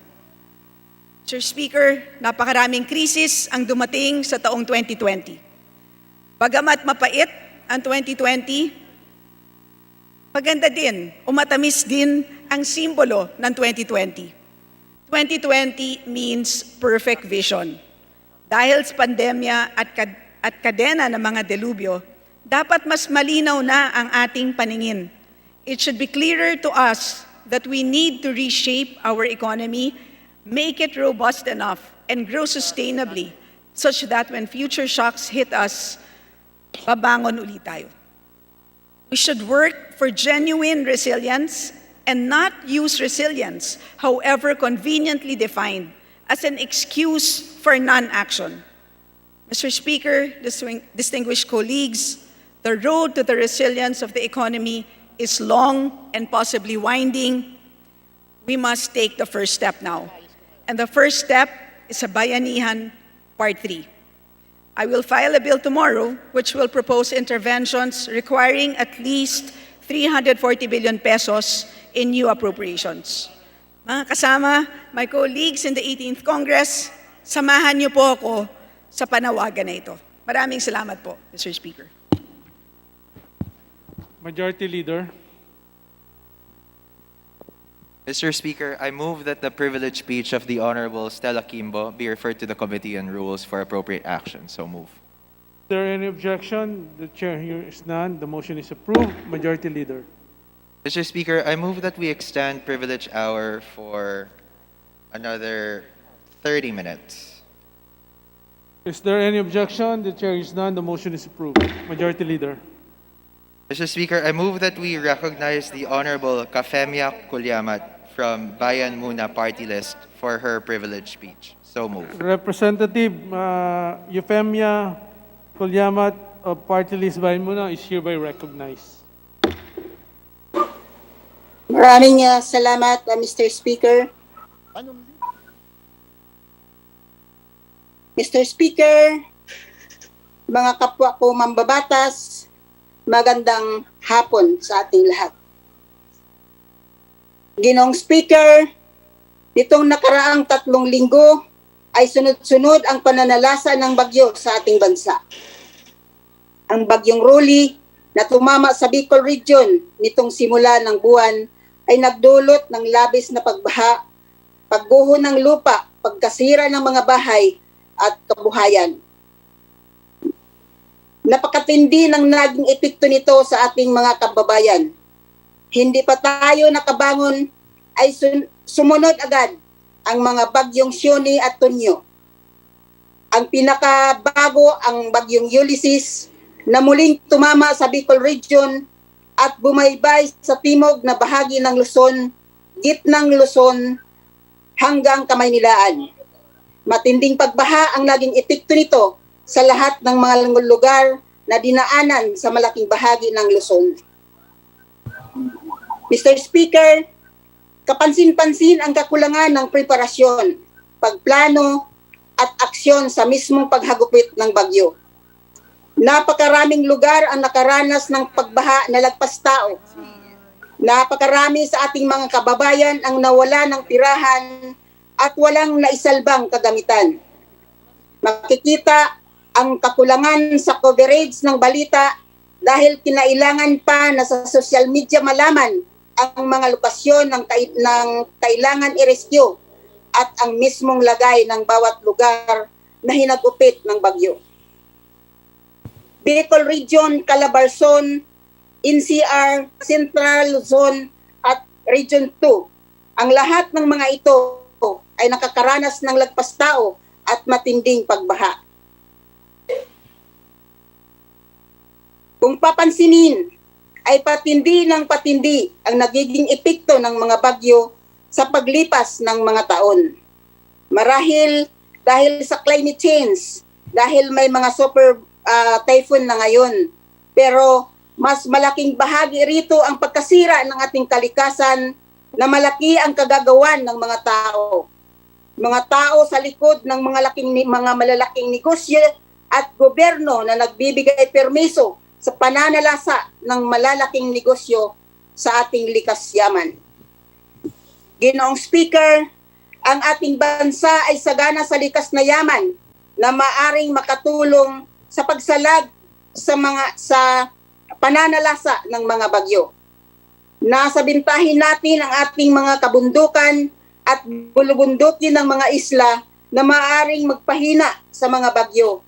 Mga punong kahoy at kagubatan na humawak sa lupa at sumisipsip ng tubig na siyang pumigil sa pagguho ng lupa at pagbaha. Matinding pagguho ng lupa o mudslide ang bumaha sa ginubatan, albay na nagwasak ng mga kabahayan, palayan at kumitil ng buhay ng mga residente doon. Ganito din ang dinanas ng mga kababayan sa Montalban at Rodriguez Rizal, Marikina, Quezon, Cagayan Valley. Ginoong Speaker, hindi bababa sa 20 bagyo ang tumatama sa bansa kada taon dahil napapaligiran ang Pilipinas ng mga karagatan. Sa panahon ng tag-ulan at bagyo ay nagsisilbing shield o panangga ng Luzon ang bulubundukin ng Sierra Madre sa mga bagyong maaring pumasok sa bansa. Kaya naman ay napakalaking papel na ginagampanan ng Sierra Madre bilang proteksyon di lamang sa mga naninirahan dito, kundi sa kalakhang residente sa buong isla ng Luzon. Bukod pa rito, ay sagana ito na sa likas na yaman, kaya naman inaabuso ito ng mga kapitalista at mga mandarambong. Quarrying, logging, poaching, pagmimina at iba pang mga gawaing nakakasira sa mga kabundukan. Ginoong Speaker, isang malaking suliraning kinakaharap ng Sierra Madre ang konstruksyon ng Kaliwa Dam na pilit minabandali ng pamahalaan. Sinasabi na magiging solusyon ang ito sa kasalukuyan sa kakulangan ng tubig sa Kamaynilaan. Ito ay sa kabila ng mga dinanas na nating disaster dahil sa pagpapakawala ng tubig sa mga malalaking dam sa panahon ng matinding pag-ulan. Ginoong Speaker, inilubog ang San Roque Dam ng Pangasinan noong 2004, 2009 at 2018 dahil sa pag-apaw ng tubig dito. Inilubog ng pagpapakawala ng tubig sa Magat Dam nitong November 12 lamang ang Isabela at Cagayan Valley. Ginoong Speaker, malinaw pa sa sikat ng araw ang kagimbal-gimbal nitong epekto ng pagtatayo ng mga dambuhalang dam sa ating mga kababayan at maging sa bansa. Bukod sa mga ito, nariyan ang pagkadisluka ng mga kabuhayan, ng mga palayan na tanging pinagkukunan ng kabuhayan ng mahirap na mga magsasaka at mga katutubo sa mga lugar na pinagtatayuan ng dam. Isa ito, tubo sa mga lugar na pinagtatayuan ng dam. Isa ito sa matibay na dahilan kung bakit may oposisyon ang ganitong klasing mga proyekto. Ngunit sa kabila ng oposisyon at pagtutol ng mga komunidad sa proyekto ay nagpapatuloy pa rin ito. Nakakuha pa nga ito ng questionable environmental compliance certificate. Tumitindi ang militarisasyon sa lugar at dumami ang kaso ng panghaharas o pang-aabuso sa mga lokal na mga residente. Ginoong Speaker, ang mga konstruksyon ng dam, ang tinaguriang development project ang dahilan ng matinding pagbaha sa bansa. Kabilang dito, ang quarrying, mining, logging at pagkalbo ng mga kabundukan. Legal o illegal operation man ay may malaking ambag dito. Kung tutuusin, Ginoong Speaker, Mas malala pa nga ang mga legal na operasyon dahil pinagkalooban ito ng permit ng gobyerno hanggang 25 taon o higit pa. Tunay na inuubos ng mga kumpanyang ito ang ating likas na yaman, sinira ang kalikasan at sinusuhayan ng pamahalaan ang mga pandarambong na ito. Ginoong Speaker, walang tigil na paglapastangan sa mga kapitalista at korporasyon ng ating mga kabundukan at kagubatan ay ang naging sanhi ng matinding pagbaha at maging sanhi pa sa mas matinding pagbaha sa lungsod at iba pang mga lugar.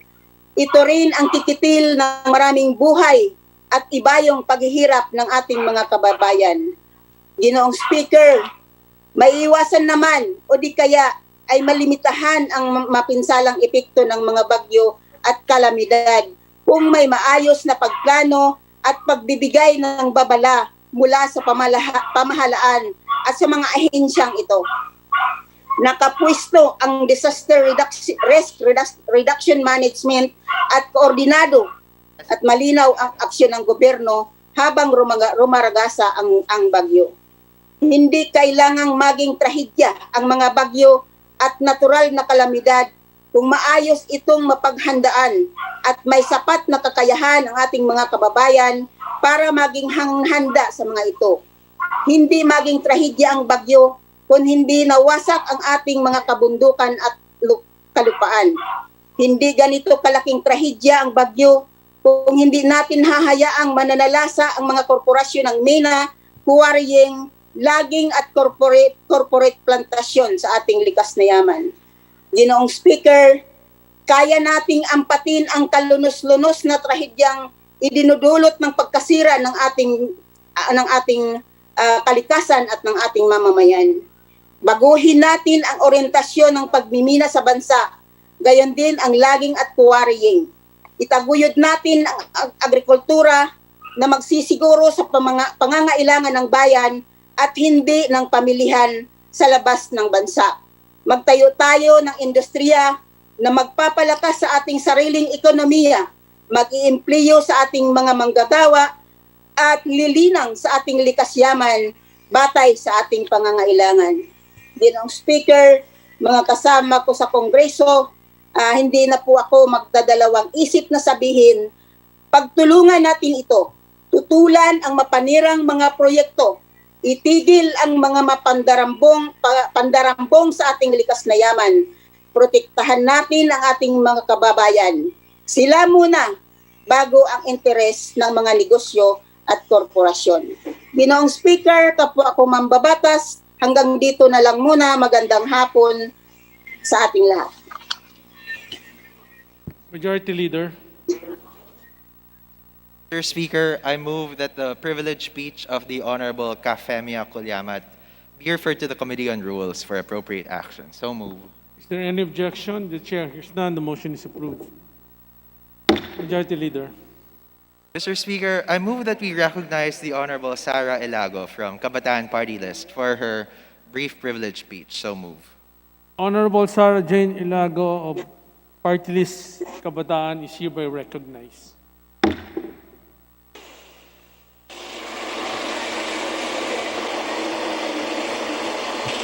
Thank you, Mr. Speaker.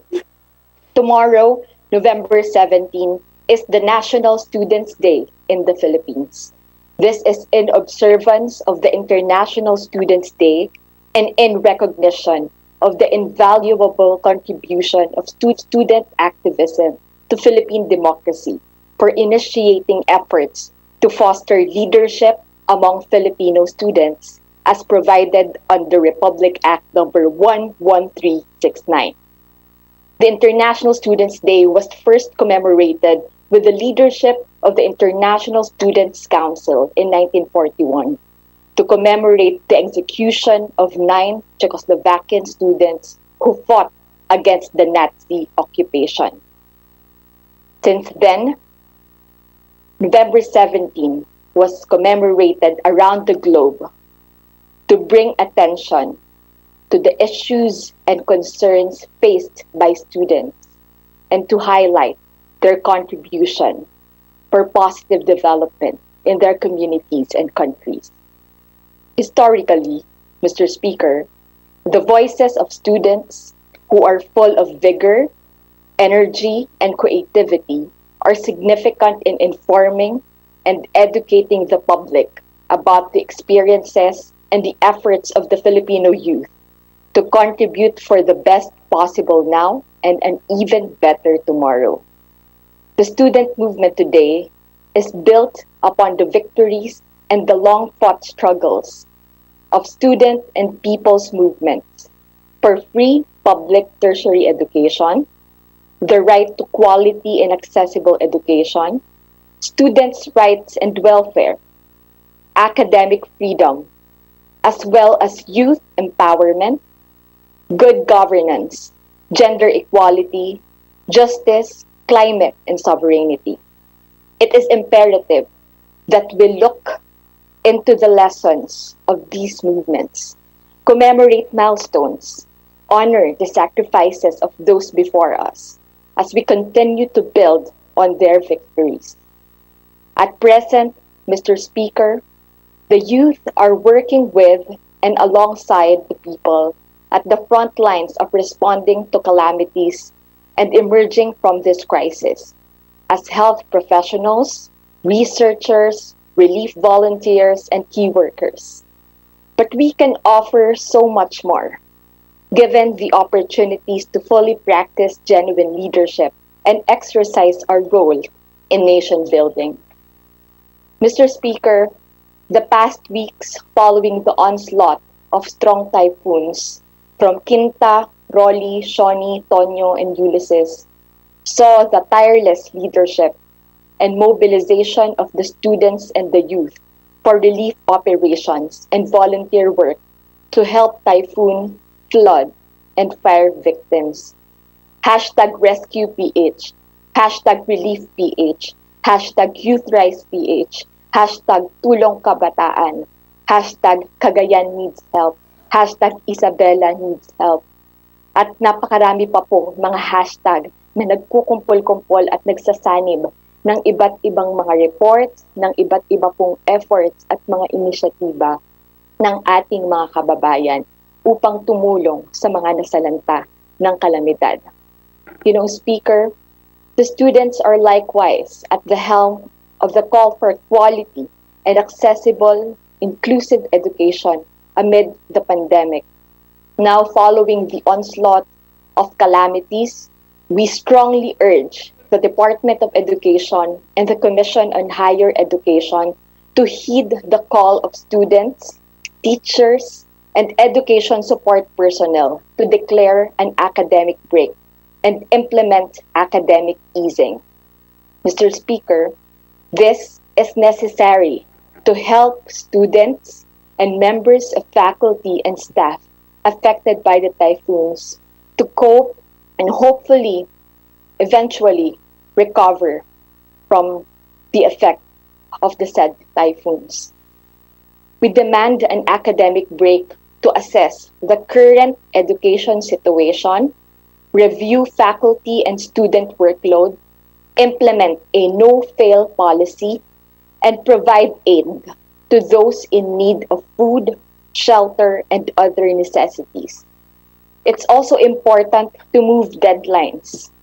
Hanggang ngayon po, may natatanggap pa tayong mga reports na kahit walang klase ay mayroon pa ring mga deadlines na kailangan sundin. Kung walang pasok, dapat mayroon ding extension ng pasahan ng requirements. Makatwiran lamang ito sa tindi ng pinsala ng kalamidad sa buhay, ari-arian, bahay, infrastruktura ng internet, komunikasyon at iba pang kailangan ngayon sa blended distance education sa gitna ng pandemya at matapos ang sunod-sunod na kalamidad. It's imperative that DepEd and CHED review the guidelines for remote learning class suspensions. Ginoong Speaker, malaking bagay ang naging hakbang ng DLSU, PUP, UST at DCLC na magsuspindi muna ng mga klase ng nasa 1 linggo hanggang 2 linggo upang makapagbigay ng panahon para sa mga estudyante at guro na makapag-focus muna sa pagsasaayos ng kanilang mga tahanan at pagtulong na rin sa mga kapwa nasalanta. We sincerely hope that other schools will follow suit. Mahalaga ring alam at malinaw sa mga estudyante, guro at kawani na mabibigyan ng karampatang konsiderasyon ang mga natamaan ng kalamidad nang makapagbigay sila ng buong atensyon sa kanilang kalusugan, kaligtasan at pagtulong na rin sa pamilya at nasalantang komunidad. Openness and transparency are key to effective communication and cooperation among education stakeholders as we respond, recover, and emerge from this unprecedented crisis. In Congress, Mr. Speaker, on top of our legislative agenda is quality and accessible education, which is key to raising awareness, promoting critical thinking, developing empathy, respecting diversity, bridging gaps, and understanding perspectives. It is vital for empowerment of the youth. It is essential for the promotion and protection of human rights for just societies. Hence, Mr. Speaker, our Youth Sectoral Party has long fought for measures to democratize access, to improve the quality of education for all, and to uphold academic freedom through bills and resolutions on the Declaration of Safe Schools and Students' Rights, the equitable access to food, health and housing, services in schools, and the mandatory inclusion of subjects on human rights and peace education and media and information literacy, among others. Just a few days ago, Mr. Speaker, at least 500 Ateneo de Manila University students initiated a petition for a student strike to protest criminal negligence in disaster risk reduction and management. Now, more and more students nationwide are joining the strike. We hope that this serve as a wake-up call. Ito po ay kinakailangan natin na mapakinggan, matugunan kung saan nagmumula ang mga estudyante na nananawagan ng karampatang aksyon, ng karampatang suporta, lalong-lalo na sa lahat ng mga apektado ng mga kalamidad. Youth and students being vocal on drug war killings, issues of corruption and abuse of power, attacks on press freedom and violation of human rights are now clearly being targeted and singled out through attacks against these youth representation and known school and community organizations. The youth are being silenced and vilified for speaking truth to power and in pushing for inclusivity, transparency, and accountability. These threats, harassment, and intimidation and vilification against student orgs, formations, and young people who are only exercising their rights and heeding the call for nation building must stop. We must all defend the frontline role of the students and young people in the pursuit of human rights, justice, peace, and climate initiatives. We must get organized with a sense of urgency, for we cannot inherit a future that is no longer livable. Let us not allow any form of discrimination, abuse, exploitation, and tyranny to be part of the pandemic response and other calamities response and recovery. Together, let us continue to advance the struggle for sustainable communities and just societies. We must win with and alongside the people, for the Philippines, and for the planet. We can make it. To all the students around the globe, greetings of solidarity on International Students' Day. Para sa ating mga kababayan, isang makabuluhan na pambansang araw ng mga estudyante sa inyong lahat. Maraming salamat at sa ating pagdiriwang, naririto rin ang ating pagkakaisa, leave no one behind, no student left behind. Sama-sama tayong tutugon sa pandemya, sa kalamidad, sama-sama tayong babangon. Maraming salamat, Ginoong Speaker. Majority Leader. Mr. Speaker, I move that the privileged speech of the Honorable Sara Elago be referred to the Committee on Rules. So move. Is there any objection? The chair is none. The motion is approved. Majority Leader. Mr. Speaker, last to avail of the privilege hour is the honorable gentleman from Buhay Party List. I move that we recognize the Honorable Lito Atienza. So move. The Honorable Lito Atienza is hereby recognized. Thank you, Mr. Speaker. Salamat po, Mr. Majority Floor Leader. This representation would like to manifest our own impressions and as a reaction to all the messages delivered this afternoon here in Congress by our colleagues in their continuing concern of what's going on in many parts of the country hit by one of the strongest typhoons that ever hit us. Galang-galang na Speaker, ang inyong lingkod ay nananawagan sa lahat. Tayo po'y magtulungan, tayo po gumawa ng aksyon, at tayo'y humanap ng paraan upang ang ating problema ay matagunan. Huwag natin sisihin ang industriya, sisihin natin ang mga nagsasamantala. Huwag nating murahin ang panahon sapagkat andyan na yan at darating pa marami. According to the studies of the scientists of the world, there are 10 nations that are targeted for serious devastation and calamitous situation caused by climate change. Are we doing something about it?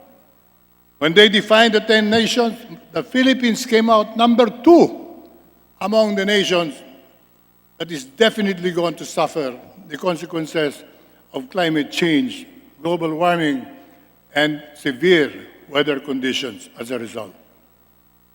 Are we prepared for this? Are we accepting the reality that the Philippines is scheduled to have more and more sufferings? What we have seen in the past 2 weeks is just a small element compared to what could happen to the Philippines if the projections of those who have studied global warming causing the rise of seawaters all over the world. Ang sabi nila, mga bansang katulad natin ay daranas ng pagtaas ng karagatan hanggang 20 metro sa darating na mga 15-20 taon. Ito po hindi na magbabago itong calculation na ito sapagkat ito'y ginawa ng mga dalubhasa at binigyan na tayo ng sapat na babala. Ano po ang ginagawa natin? Tatalumpati tayo. Nagsisisihan tayo. We would rather point to the industry rather than those criminals who allow the violation of our laws. I don't see any law that says or allows serious violation of our nature and our natural wealth. I don't see any law that allows the plundering, as they use the word plunder. I'd like to use the word plunder. Ang nagpa-plunder po ba yung panahon o yung mga kriminal na nagsasamantala sa yaman ng ating bansa? So today, I would like to clarify certain matters. One, we have to accept the challenge of preparing for these calamities every year. Hindi na po magbabago yan. Every year, ang bagyo dumadaan galing po dito sa eastern side ng Pacific Ocean papunta dito sa western side, tatamaan ng Pilipinas. Kung mapalad tayo, ang bagyo'y tumataas, pumupunta ng Japan. Sa kabila po naman, on the western side, pumupunta sa bandang bahagi ng Luzon, at tatamaan din po yung mga probinsyang sinasabing tatamaan. Ito po'y hindi gawa-gawang hula o haka-haka.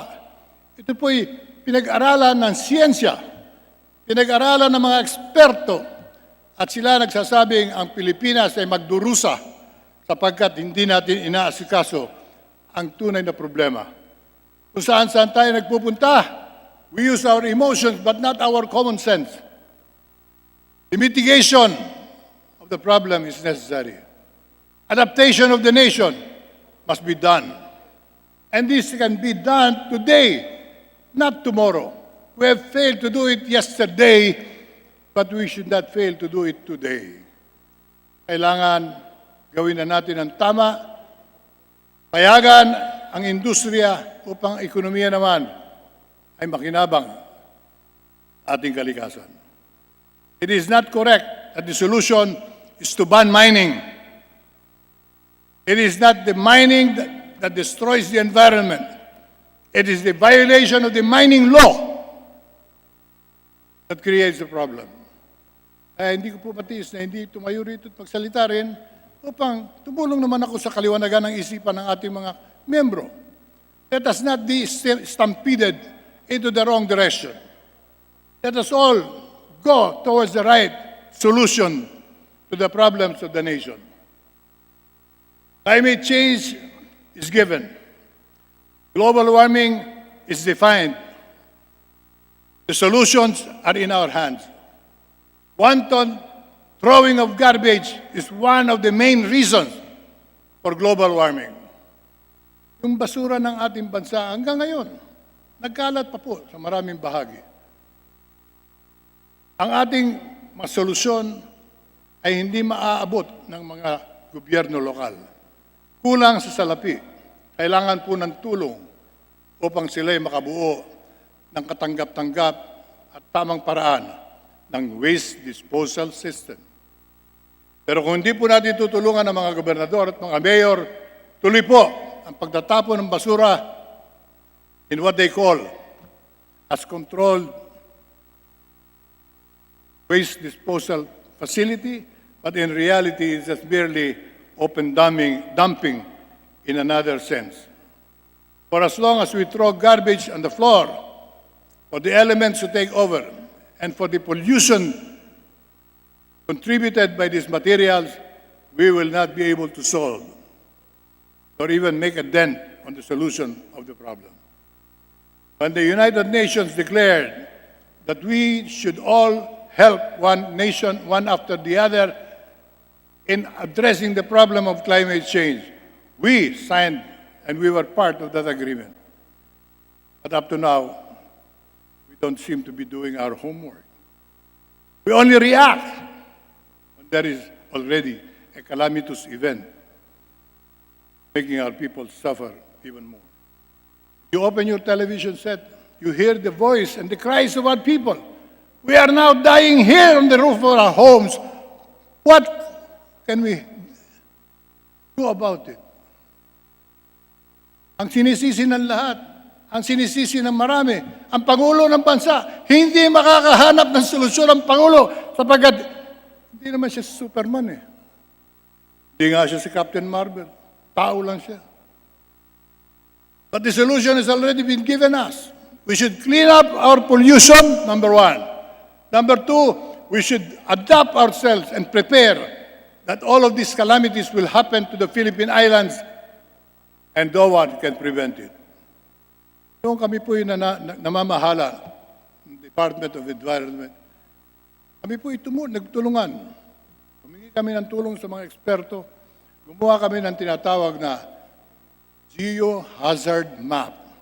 It is a map that defines the whole nation, the whole archipelago, every province, every municipality, every barangay is given a clear picture of what can happen to their own communities unless they prepare for it.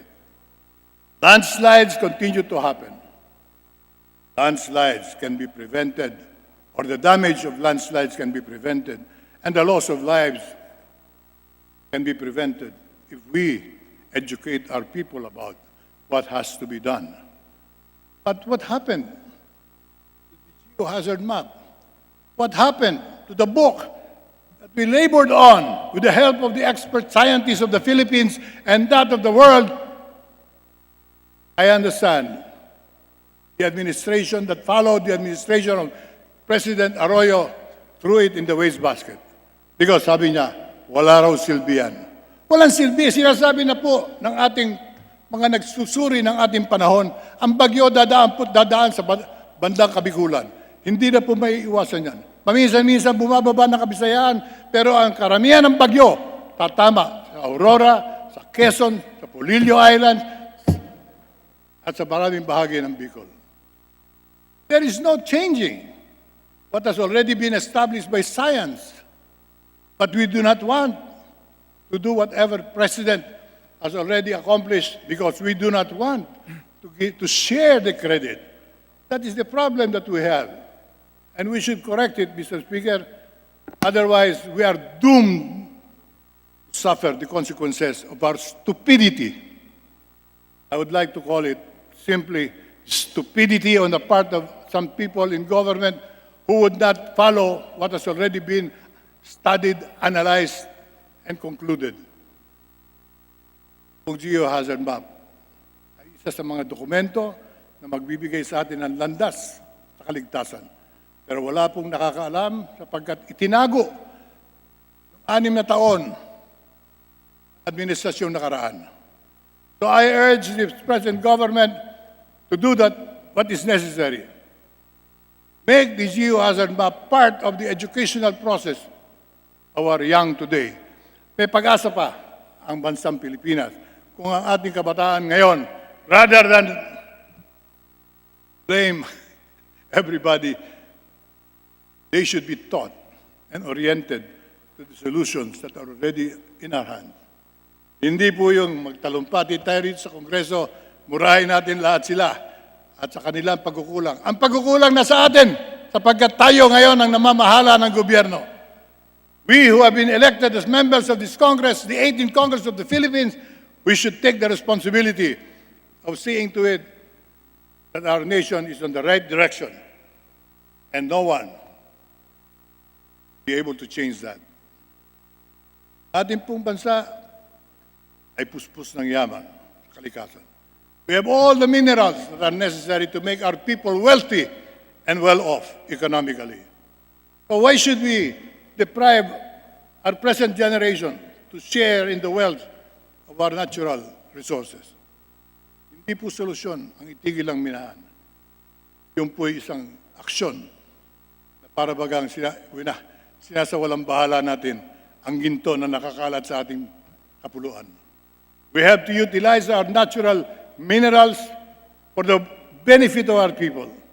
Hindi dapat naghihirap ang Pilipino kung tama ang paggamit at pagpapatupad ng batas. We have all the laws to protect our natural wealth. But the problem is, we would rather engage in the development of white sand beaches rather than attend to the natural advantage of minerals in the country. We would rather ban mining. Itigil na minahan. Madaling sabihin yan. Bakit mo ititigil yung pag-produce ng langis sa Middle East? Kung pinakikinabangan ng mga Middle Eastern mga Saudi yan. Bakit mo ititigil ang pagmimina sa Pilipinas kung ito'y pinakikinabangan ng mga mahihirap nating kapwa Pilipino? Ang kailangan po'y ipatupad ang layunin ng batas. Ang kailangan po'y tulungan natin kung may nakikita tayong pag-aabuso at ipakulong ang dapat ipakulong at hindi po sisihin yung industriya. We do not agree with the notion that banning mining, especially large-scale mining, is the genuine solution. Ang mas malaking problema po ng Pilipinas ngayon, yung mga small mining activities. Libo-libo po yan. Sila bumubungkal ng ating kagubatan, ng ating kabundukan na walang lisensya. Wala man lang permiso. Wala man lamang environmental study. Wala man lamang ibinabayad sa mga indigenous people. Wala man lamang nakikinabang kung hindi yung bumubungkal ng lupa na malamang malakas sa local government sa lugar na yun. I'm appealing to all, therefore. We should be sober as we should be deliberate. Kailangan tignan natin ang problema without being emotional nor ideologically influenced. I am not influenced by any ideology except the ideology of seeing our people benefit from what we have from God Almighty. Bigyan tayo ng bansang puspos ng kalikasan at yaman. Ating bulubundukon araw ay merong 14 na milyong hektaryang gubat. Punong kahoy. Meron tayong nara, meron tayong kamagong, meron tayong yakal. Ako po'y kumuha ng arkitektura. aming pag-aaral, hindi ka maaaring gumawa ng plano na hindi ka gagamit ng mga material na yan. Yakal in particular. Because yakal was available everywhere. It was available to anybody who would like to build a home sturdy enough to use yakal. But today, you cannot find yakal anymore. Japan na po yan. Amerika na po yan. Nasa Europa na. Once upon a time, we were protected by all mangroves the world can hope for. Protected from storm surges, protected from tidal waves, protected from the anger of nature. What did we do with our mangroves? We sold it. Foreigner. Wala na rin pong mangrove ngayon. The 100% areas of mangrove in the nation's islands, wala pa pong 5% ang meron pang natitirang mangrove. Manila Bay nung araw, punong-puno ng mangrove. Protection yan, laban sa mga storm surges. Today, we have no more mangrove. Because, again, the criminals took advantage of some political figures to gain from our natural wealth and for themselves. Only, but not benefiting the ordinary Filipino. So ngayon, may pagkakataon tayo, mga minamahal kong mga kongresista, umisip tayo ng mga batas na magpipilit, ipatupad, katulad ng pagtuturo ng biohazard map, appreciation, and understanding. Kung maaari ituro po sa lahat ng mga kabataang binanggit ni Congresswoman Elago. Turuan natin ang mga kabataan ngayon paano tanggapin ang katotohanan. May mga pulo ang Pilipinas na hindi makakaiwas na sa epekto ng climate change. Turuan natin ang lahat na bumuo na ng mga sanitary landfills upang ang ating kapuluan ay maalisan ng basura na siyang isa sa mga sanhi ng kataas ng temperatura ng karagatan. Pollution is still the number one problem. And definitely not the motor vehicles, not even the poor man's vehicle. Ang problema po ay hindi natin pinatutupad ang dapat alam ng lahat. If all the children today will be taught, wherever they are, what can be expected from nature today and in the future, they would take the necessary steps to defend themselves. But if we will just rely on what we see, and we stand up here, and we do not do anything, we will continue to experience the sadistic and miserable life of hearing on television, live television, where our people are saying, praying to the high heavens, Lord, save us. Wala na po kami matakbuhan. Hindi kaya ng Pangulo ang bigyan ng solusyon. Ang solusyon nasa kamay ng bawat lingkod bayan, whether you are a councilor in the municipality, a councilor in the city, a mayor, a vice mayor, a governor, and us, members of Congress, we can do something about it. And together, let's try to work on that particular time and moment for the Filipino will be given his just due. We have not been created to be the basket case of Asia, but the poor man of the world. We were created to be the models of the world in our way of life, in our character, and even in our looks. Wala pong pangit na Pilipino. Palad tayo ang ating mga kongresista. Pinakamagagandang kongresista sa buong mundo. Matalino. Kaya lang, kung hindi natin gagamitin ang ibinigay sa ating pagkakataong, tayo ang gumagawa ngayon ng alituntunin na dapat sundin ng lahat sa ating bansa. Sayang ang panahon. Sayang ang pagkakataon. Therefore, I'd like to remind every member of Congress today, the 18th Congress of the Philippines, can do something about the growing problem which has already been analyzed, studied, and given a solution. But up to now, no one dares, no one even cares about it because it's easier to complain, it's easier to blame, it's more difficult to act. Climate change is the number one problem, and we should solve that today, not tomorrow. Dear colleagues, and I hope all the measures pending in the committees regarding climate change will be given due course. Land conversion ang ating tinitignan. Yung climate change mitigation and climate change adaptation measures should be given priority by this Congress. Thank you, Mr. Speaker. Thank you, Mr. Majority Leader. And I hope... Majority Leader. Mr. Speaker, I move that we refer the privileged speech of the Honorable Lito Atienza to the Committee on Rules. Mr. Speaker, Majority Leader. Speaker, I move that we recognize the Honorable Mike Defensor from Honorable Anacalasugan. Mike Defensor is hereby recognized. Thank you, Mr. Speaker. Thank you, Majority Floor Leader, the Honorable De Venecia.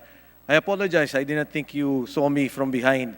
But if I may be allowed to interpolate the Honorable Atienza for this privileged speech, Mr. Speaker, I thank you for that. First and foremost, Mr. Speaker, I'm happy that the former Secretary of the Department of Natural Resources stood up and clarified a very important issue, a very important point amidst the typhoon that we have just experienced. Yung pong dumaan na bagyo, at narinig naman po natin yung maraming mga pananalita kanina, marami po ang nagsasalita tungkol sa anong bang naging sanhi ng problema. The cause or the causes of why we have flooding, we have suffering of our people, damage to property. Many people were affected by the typhoon that just passed the country. At maganda po yung binanggit ng ating privileged speaker, the Honorable Atienza, dahil unahin ko po, para lang klaro yung mga issue, Honorable Atienza, doon po ba sa region ng Region 2, which includes Isabela, Cagayan, and some other provinces, pero doon na lang po muna, pupunta ako sa Isabela, Cagayan, meron pa po ba doong mining activity o meron po bang mining contractor as of the moment in that area? Hindi po pagkaalam, ang malaking mining company dyan ay yung Oceana Gold. Pero yan po yung nagsara na. Lagay ko wala ng operations ngayon. Akin po namang simpleng pag-aaral at pagsusuri. Ang nangyari sa Cagayan, Isabela, and many of the provinces in the north, and even in Bicol, for that matter, around Laguna de Bay, dahilan ng pagtaas ng tubig ay yung pagkakalbo ng mga bundok. The bigger problem, Mr. Speaker, is the logging that has happened, and I'm happy to note that no less than the former governor of Isabela has been charged in court. I'm talking about Governor Padaca.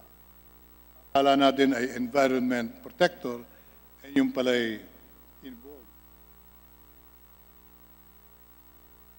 That she is being made to answer in court. Kalbong-kalbo na po ang mga bundok dyan, kaya yung tubig na nagmumula po sa kalikasan, sa kamay ng Panginoon Diyos, ay dumadaloy sa ilog at namamaga po yung ilog at nagkakaroon po ng abnormal increase in flood waters. And this is aggravated by the opening up of the dams in the area.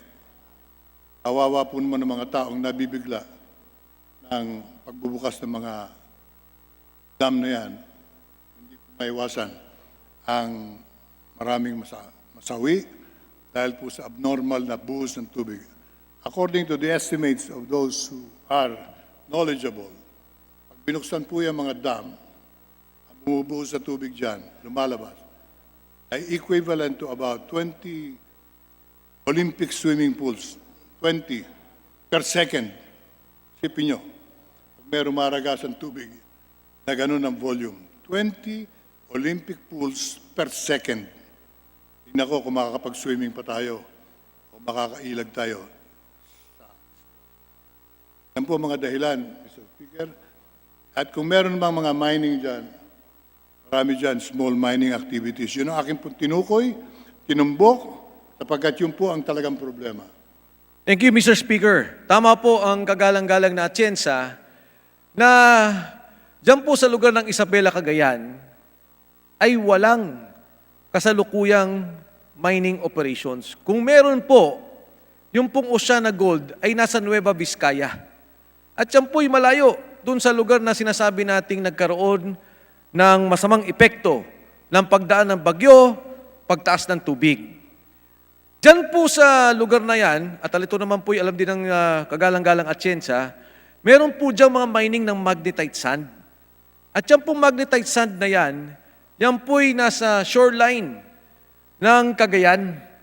At noong pong araw, pinag-uusapan nila na kung pwedeng magkaroon ng dredging doon po sa Cagayan River. Which goes back to my point.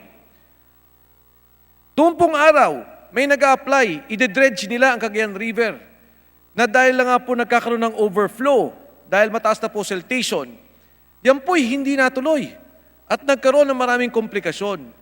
But if only they will allow the private sector, of course, with guidelines, of course, within the parameters of the Environmental Compliance Certificate, magkakaroon po ng libreng dredging. Pero nangyari ho, hindi pinayagan, nagkaproblema, hanggang ngayon patuloy. At yan po'y batay sa mga scientifico at technical na pag-aaral sa lugar ng Isabela, Cagayan.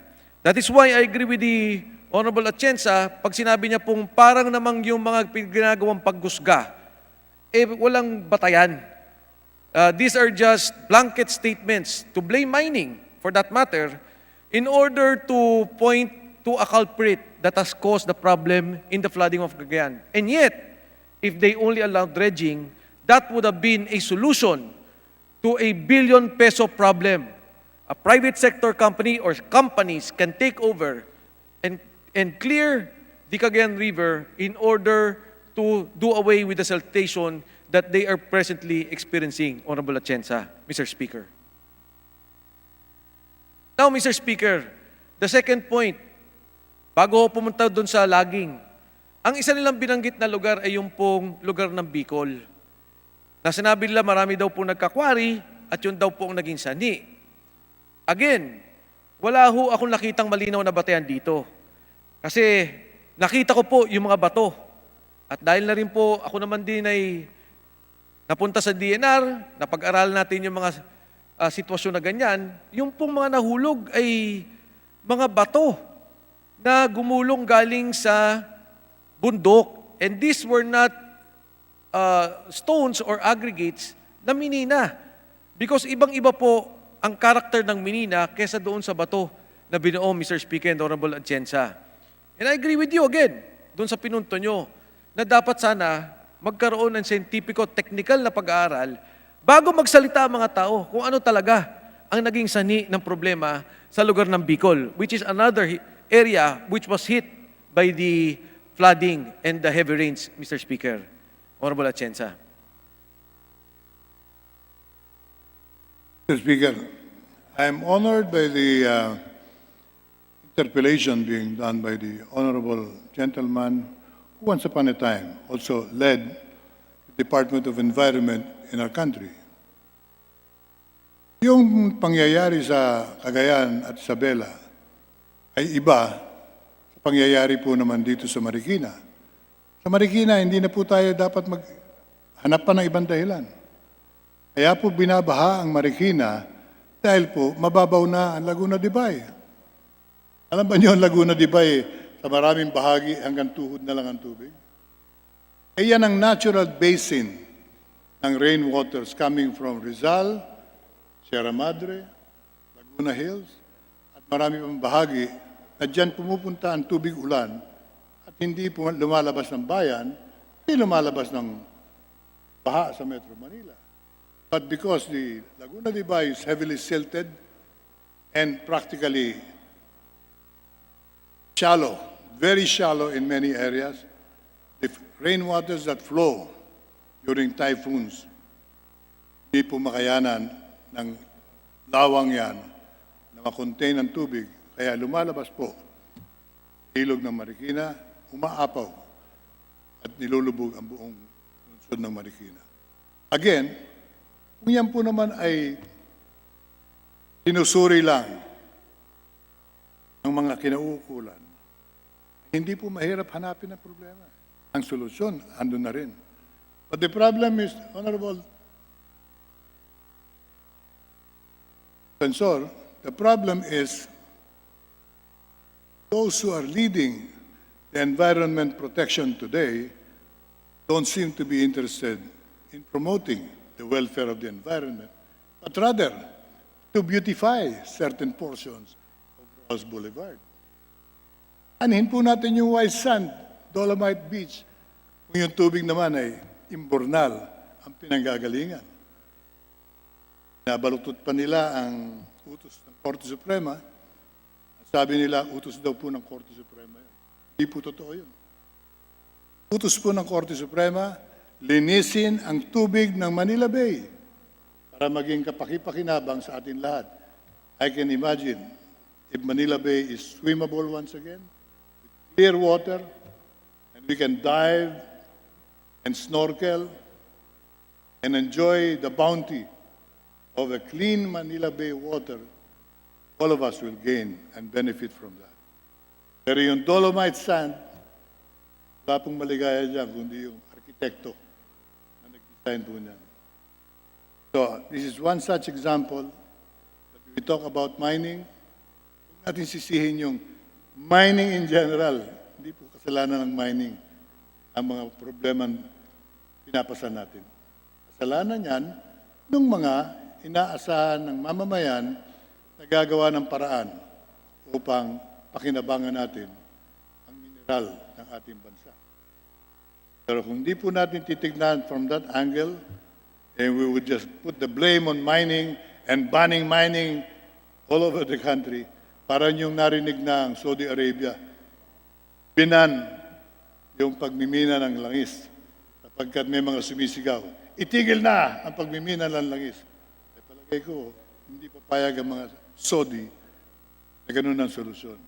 They benefit from the production of oil and fuel, and they will never agree that anybody should put a stop to the utilization of this God-given mineral.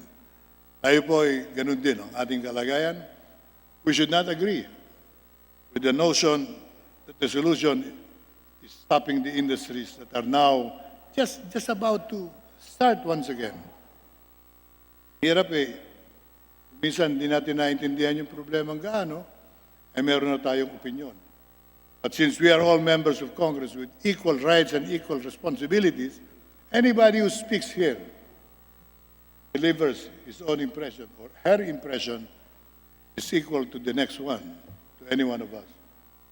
Kaya ang aking pakiusap nga, kung maaari lang, pag-aralan nating mabuti ang problema, and together, let us all find a common ground for one direction for the nation, and not just to blame everybody, especially the industries that we sorely need in the country.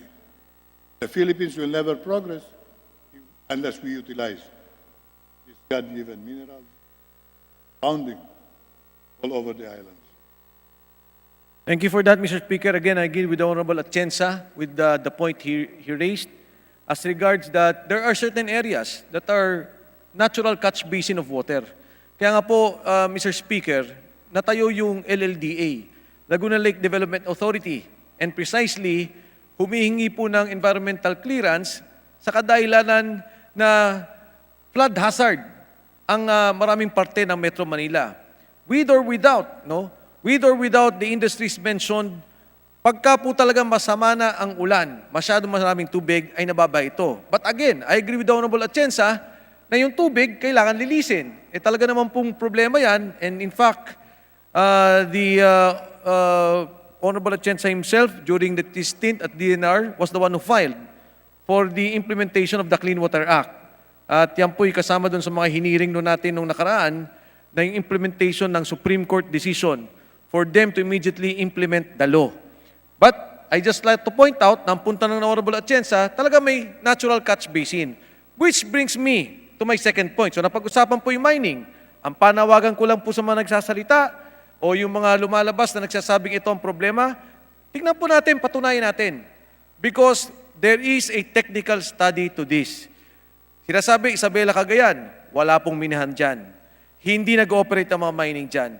Pagdating po ng Bicol, I agree. Meron po dyan mga quarry. But again, yung nahulog ba na mga bato ay yung ba'y alluvial rocks o yung ba'y talagang product of the quarry operations? And I would think, from what I have seen from the pictures, that these are rocks that naturally flow from the mountain going to the rivers. The second point I'd like to raise, on the case of the Marikina River, nabanggit po ng Honorable Atienza, talaga namang natural catch basin yan. Yung pong papasok ako sa usapin ng logging. Alam nyo, Mr. Speaker, sa ngayon we have a total log ban. Out of 15 million of supposedly forested area, 6 million na lang po ang may puno. The reason I'm raising this is because yung pong best practices ng ibang bansa, like New Zealand for example, talaga pong ina-award, nagkakaroon ng ownership ng forest area. At sila po nagbabantay doon sa kanilang mga lugar at inaayos nila ang pagtanim at pag-harvest ng puno. Pagdating po dito sa atin, siguro noong mga panahon natin, Honorable Atienza, meron lang pong natitirang 5 o 6 na INFMA o yung Integrated Forest Management Agreement. Alam nyo, nakita ko, Mr. Speaker, ang lugar ng Zamboanga under the Consuni, ang lugar ng mga Mr. Puyat, Pocholo Puyat in Surigao, ito po'y naprotektahan. And yet, the surrounding areas where you don't have a license from the government, yun ang nauubos ng mga tao. So is it now about time, Mr. Speaker, that we should look into the problem of logging and what is really the key solution to resolve the logging question? Kasi total log ban, nagkakaroon pa rin ng illegal logging and you cannot stop that. In fact, pagdating po dati ng uplands, in maybe 20 years ago, there are about 4 million people in the uplands. Now you may have about 6 to 8 million in the uplands. Pagising sa umaga, magluluto, magpuputol ng puno. Pagpunta mo ng kananghalian, magpuputol ng puno, magluluto ulit. Paggabi, kakain, magpuputol ng puno. So, Mr. Speaker, is there a need to really study the situation na talagang ibigay na sa mga commercial operators, malalaki na hahawak at magbabantay at i-assure na magtatanim at babantayan ang mga lugar na ito nang hindi naman po maubos. Because as we are discussing now, mining as regards the total land area, it is not even 2%. Today, we do not have legal operations and licenses for logging, but we still have a problem with illegal logging. And I would like to have the thoughts of the Honorable Atienza on this, Mr. Speaker. Mr. Speaker, I'd like to take opportunity of further enlightening the issue.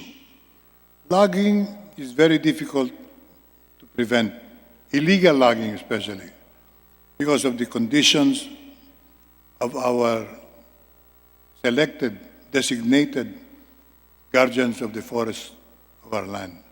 I'm talking about the forest rangers.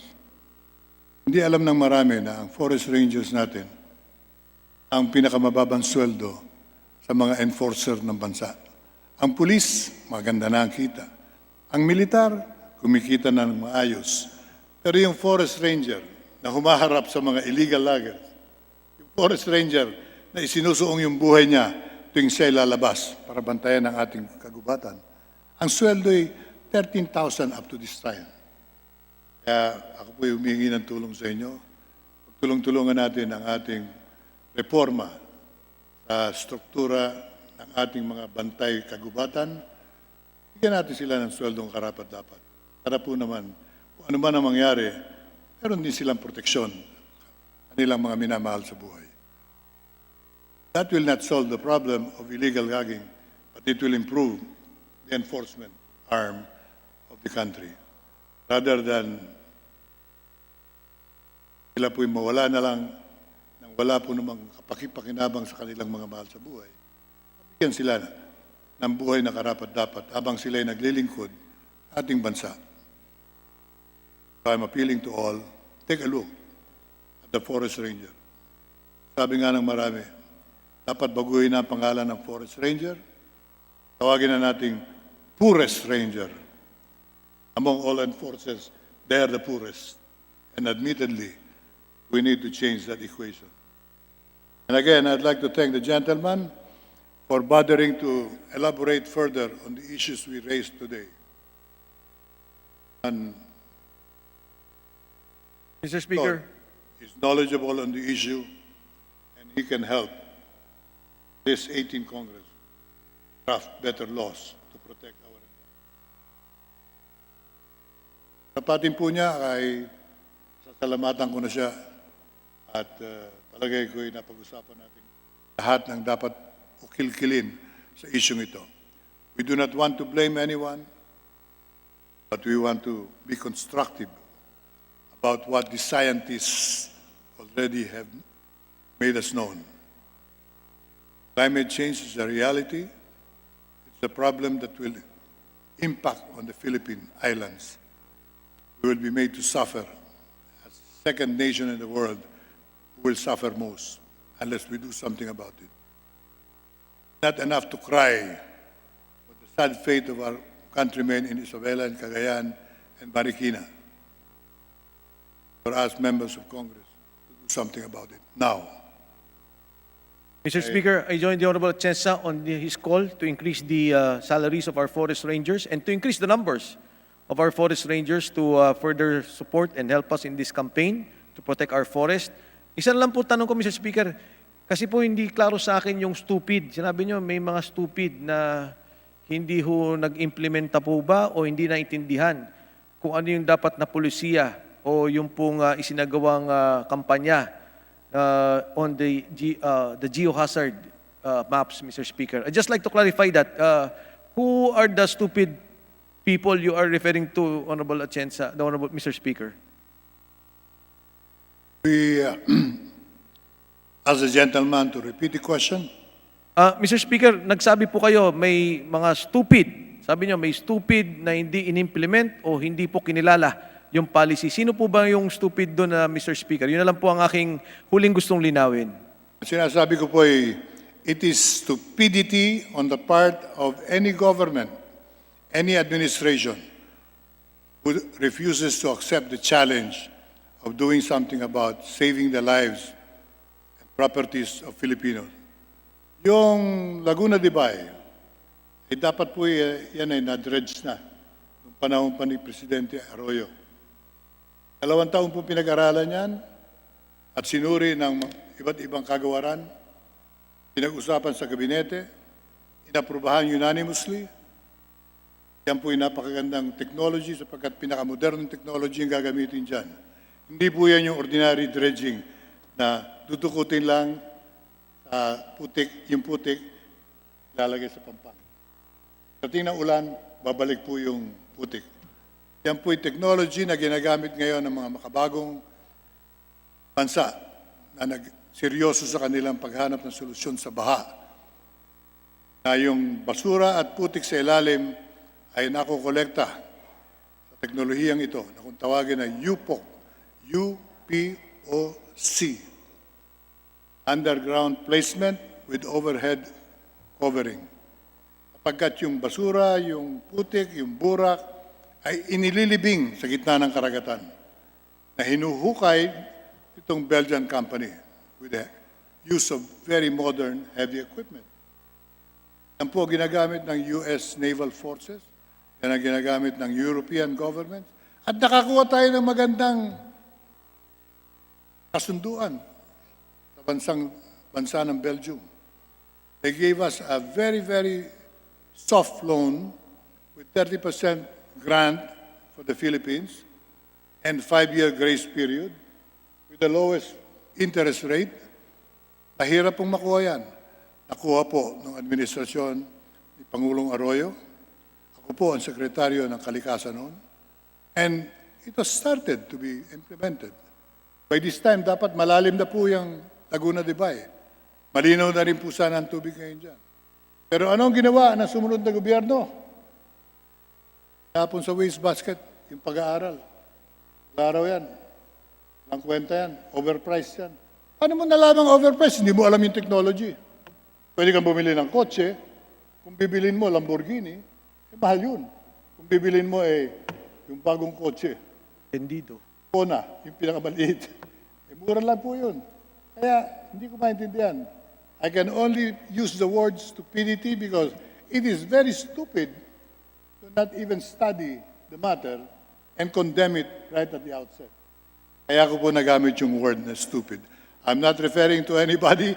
I'm referring to the stupidity of the situation. The stupidity of the administration that canceled the project, Mr. Speaker. The stupidity of the administration that was supposed to implement that project. I refer to the stupidity of those who threw the whole study in the wastebasket simply because it was a project of the former administration. Yes. Hindi namin gagamitin yan sapagkat hindi amin yan. Masakit. Binansagan pang maraming milagro dyan. But hindi po ba yung... Wala naman silang nakitang milagro. Pero hindi po naman kami binigyan ng commendation. Dapat meron man lamang commendation for President Arroyo for having worked on this contract. Dapat may commendation kay Secretary Atienza for having analyzed, studied, and implemented the project. But the problem is we were in the middle of starting the project nakapasok yung administrasyon na walang alam. Anyway, I am running out of words when I'd like to describe that particular administration. Klaro I naman will po sa... never forget, Mama Sapano. I will never forget, Yolanda. I will never forget the insensitivity of that administration when they allowed people to suffer in Zamboanga and other provinces in Mindanao simply because they were not ready to face the consequences and the challenges of their position. But today is a different time. Mr. Speaker, for as long as we have congressmen now who know the problems, can look forward to a more fruitful production of better laws in the 18th Congress. But, Mr. Speaker, were you not of the same party of the administration that you are talking about? Hindi po ba nanggaling kayo sa parehong partido nung binabanggit niyong administrasyon na inyong sinisisi? Ako po'y kapartido? Yes, Mr. Speaker. Yes. Part. My family co-founded the Liberal Party in Manila in 1946. I was born and I was raised as a young man as an active member of the Liberal Party. And I worked hard through different elections. Win or lose, I remained as a Liberal Party member. But somewhere in time, when there was a treachery that they committed on the sitting president, and again, I am referring to President Arroyo, when they conspired to remove her from office, I did not join the conspiracy, and I defended the truth. Mr. Speaker. Sinabi ko, hindi tayo nag-meeting, gawa-gawa niyo yan, and I, as chairman of the party, I will not be part of it. And I disowned their claim that the Liberal Party was demanding for the president then to step down. That caused our break. That caused my resignation from the party that I grew up with and I was born with. Very sad in my heart, but happy that I am not part of this present Liberal Party that was once upon a time committed treachery on their chairman, and that is the former president. Mr. Speaker, I again join the Honorable Atienza. If he will call for the investigation of the canceled dredging project, na talaga naman pong dapat malaki na itulong sa atin, I will join you. I join you in your statements, Mr. Speaker. I thank you But I see that the younger liberals now are standing up because I think this was the issue of the Liberal Party in the past. But thank you for your explanation. Thank you, Mr. Speaker. And please, Honorable Atienza, if possible, that you file a resolution to investigate that project on the dredging of Laguna de Bay, which would help this country so much, in particular, Metro Manila. Maraming salamat po. Thank you, Mr. Speaker. I'd like to thank the gentleman for his interpellation, which enlightened, I hope enlightened many on these issues which affect all of us. Thank you, Mr. Speaker. Majority Leader. Mr. Speaker, I move that the privileged speech of the Honorable Atienza and the succeeding interpellation be referred to the Committee on Rules. So move. Is there any objection? The chair is none. The motion is approved. Majority Leader. Mr. Speaker, I now move that we terminate the privilege hour. Is there any objection? The chair is none. The motion is approved. Mr. Speaker, I move that we proceed with the additional reference of business and direct the Secretary General to read the title of the said measures. So move. Is there any objection? The chair is none. The motion is approved. The Secretary General is hereby directed to read additional reference of business. Additional reference of business resolutions.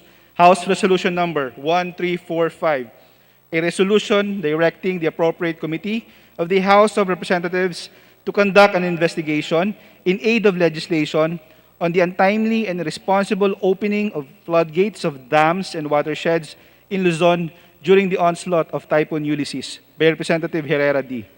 To the Committee on Rules. House Resolution Number 1348, resolution directing the appropriate committee to conduct an inquiry in aid of legislation on the severe and unprecedented flooding in the provinces of Cagayan and Isabela during the onslaught of Typhoon Ulysses by Representatives Velasco, Romualdez, and Paduano. The Committee on Rules. Majority Leader. Majority Leader. Speaker, I move that we suspend the session. Session suspended.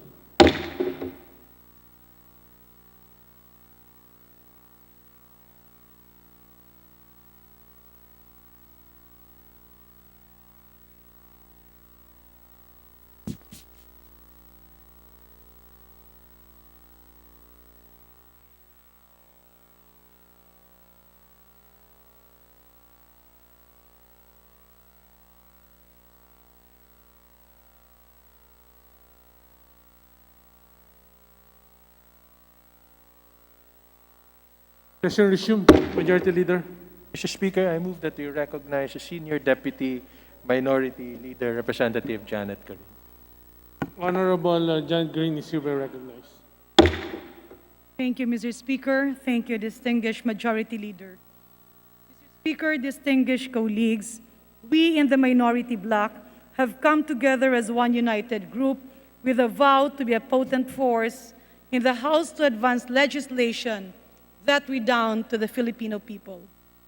Last October 19, the 23 strong members of the minority bloc have unanimously elected a new leader in the person of the Honorable Joseph Stephen Caraps Paduano, a long-term member and representative of the House of the People who have brought forward advocacies, legacies, always working, eager, hardworking, but we'll never forget that he brings not only the voice of the people, but the heart of the Filipinos.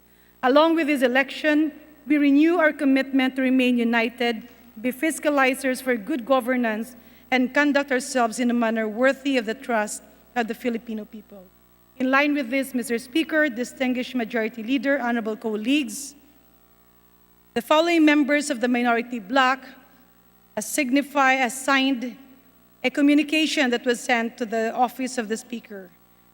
Yours truly, the Honorable Jose Christopher Belmonte, the Honorable Caloy Zarate, the Honorable Bonito Singzon Jr., Honorable Stella Luz Kimbo, Honorable Franz Castro, Honorable Gabriel Bordado Jr., the Honorable Arlene Brosas, the Honorable Ferdinand Gaite, the Honorable Maria Victoria Umali, Congresswoman Sarah Jane Elago, the Honorable Godofredo Guya, the Honorable Eufemia Kafemia Kulyamat, the Honorable Irene Saulog, the Honorable Lawrence Law Fortun, Congressman Serge Dagook, Congressman Alex A.A. Advincula, the Honorable Argel Joseph Kabatbat, the Honorable Isagani Amatong, and the Honorable Angelica Natasha Ko, the Honorable Bayani Fernando, and the Honorable Shari Ann Tan. We therefore, Mr. Speaker, Honorable Majority Leader, inform all our colleagues of such election of the Honorable Joseph Stephen Carabs Paduano as the Minority Leader representing our bloc. Thank you very much. Majority Leader. Mr. Speaker, on the part of the majority, we move that we take note and recognize the manifestation by the minority. Is there any objection? The chair is none. The motion is approved. Mr. Speaker, I move that we recognize our distinguished colleague, our new minority leader, Representative Joseph Stephen Carabs Paduano of Party List Abang Lingkod, wishes to rise on a matter of privilege. Honorable Joseph Paduano is hereby recognized. Thank you, Mr. Speaker. Thank you, Majority Leader. Mr. Speaker, distinguished colleagues, I rise before you to claim the privilege and accept the challenge of the newly elected leader of the minority. Under our rules, Mr. Speaker, Rule 1, Section 8, second paragraph, if may I allow to quote Mr. Speaker, the minority leader shall be elected by the members of the minority and can be changed at any time by a majority vote of all the minority members. Mr. Speaker, let me reiterate the letter that we have submitted today for the majority that on October 19, 2020, members of the minority convened and decided to elect by unanimous vote this humble representation. Your honors, Mr. Speaker, to this, I am very grateful to the minority bloc for the overwhelming vote of confidence. Mr. Speaker, this is one of the most diverse House minority, with 6 members coming from the Makabayan bloc, 8 from the Party List Coalition Foundation, 4 from the Liberal Party, 3 from the Nacionalista Party, and 1 from the National Unity Party, and another 1 from the Nationalist People's Coalition. Mr. Speaker, through the lessons I learned and the experience I earned, being the minority in 2 Congresses, I am bringing with me a work portfolio containing years of on-the-job training.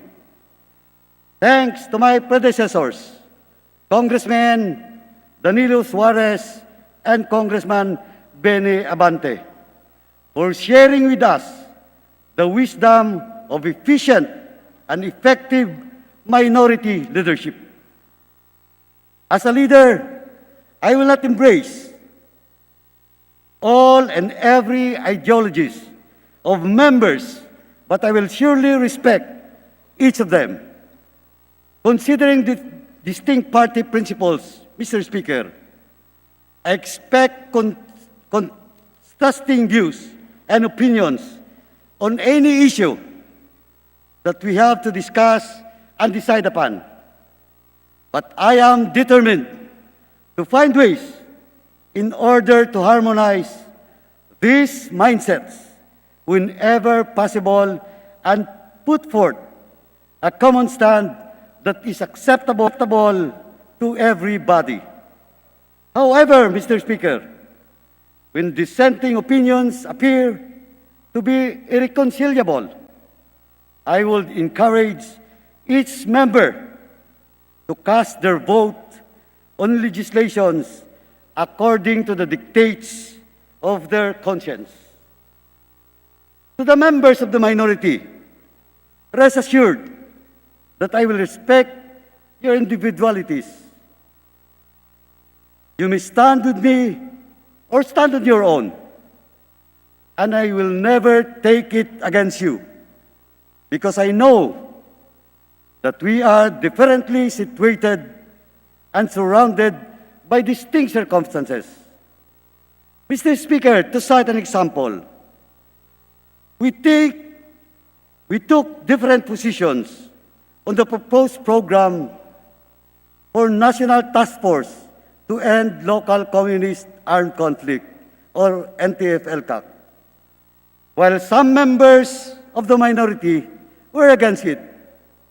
This representation, void of any personal interest, voted and supported this budget for NTF-LCAC to the Barangay Development Program of the task force that intends to help more than 800 barangays in the countryside. On the other hand, the same representation, Mr. Speaker, challenged the red tagging scheme employed by the military against the members of the Makabayan Bloc. It is an inherent duty of the institution to protect its members against vicious, baseless, and unfounded accusation, unless, Mr. Speaker, a substantial evidence is presented and an appropriate case is filed before a competent court. In this issue, Mr. Speaker,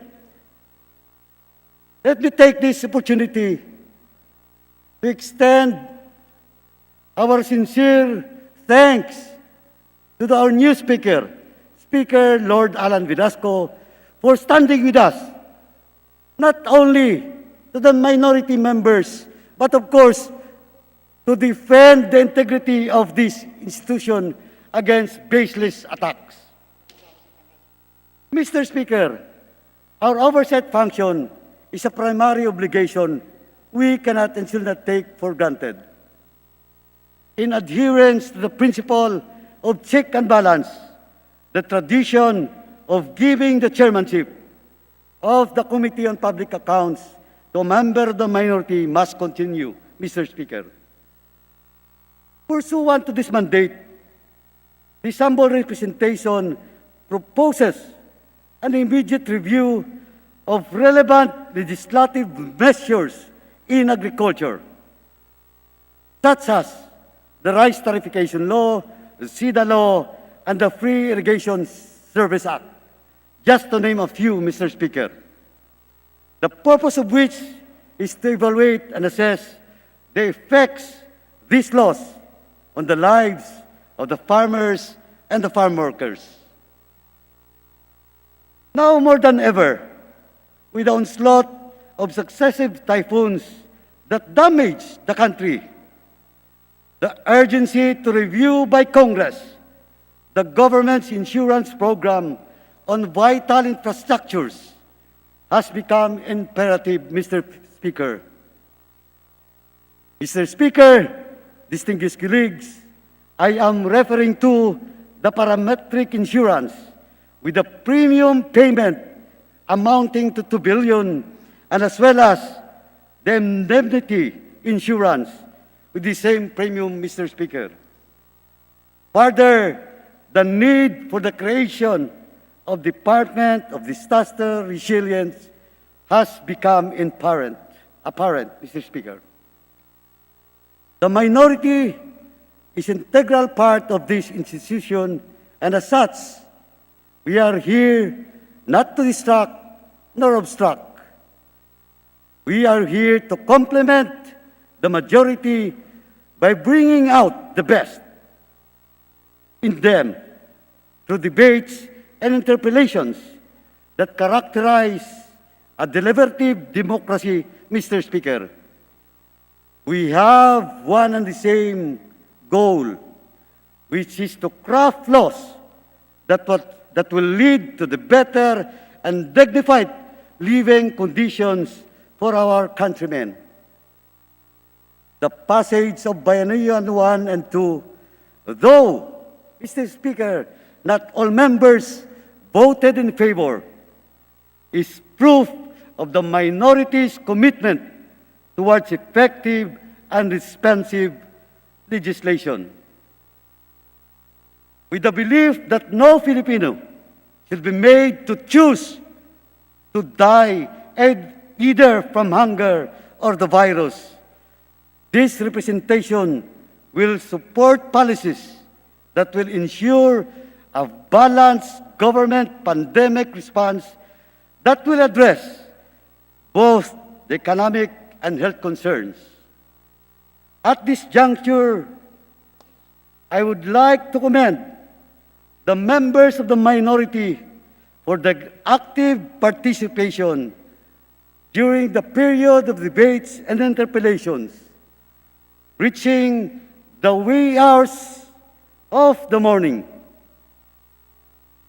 Your efforts, our efforts, have been paid off, as our proposed amendments to the 2021 General Appropriations Bill, particularly on the increase of appropriations for vaccines, hospitals, teachers' allowances, among others, have been incorporated to the final version of the budget, which was transmitted in the Senate a day earlier than scheduled, Mr. Speaker.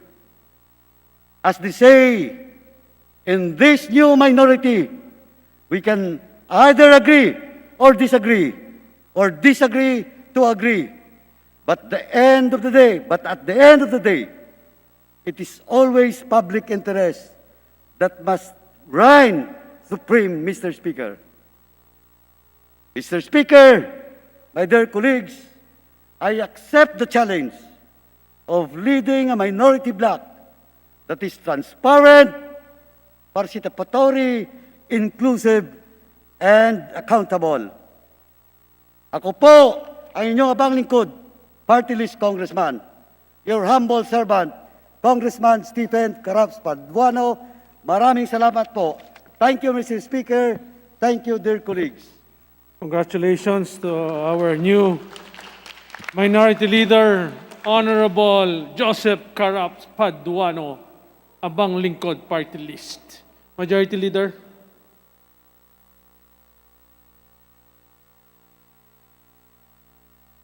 Gid pagka-Ilonggo mo. Mr. Speaker, I move that the question of privilege of Minority Leader Paduano be referred to the Committee on Rules. Is there any objection? The chair is none. The motion is approved. Majority Leader. Mr. Speaker, I move we consider the unfinished business. So move, Mr. Speaker. Is there any objection? The chair is none. The motion is approved.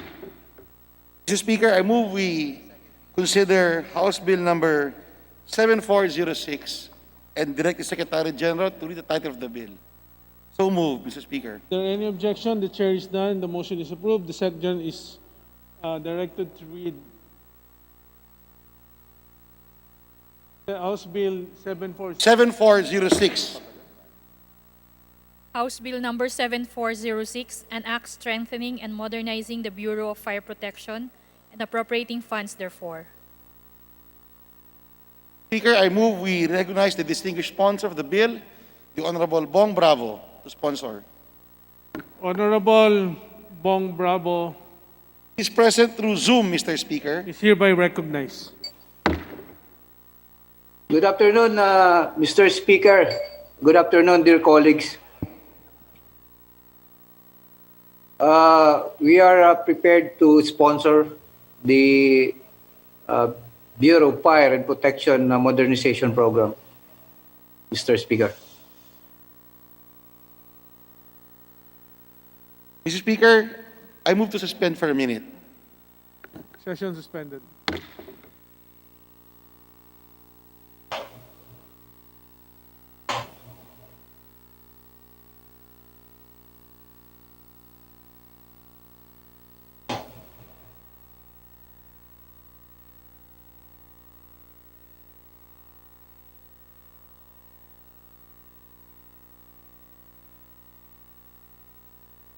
Session resumed.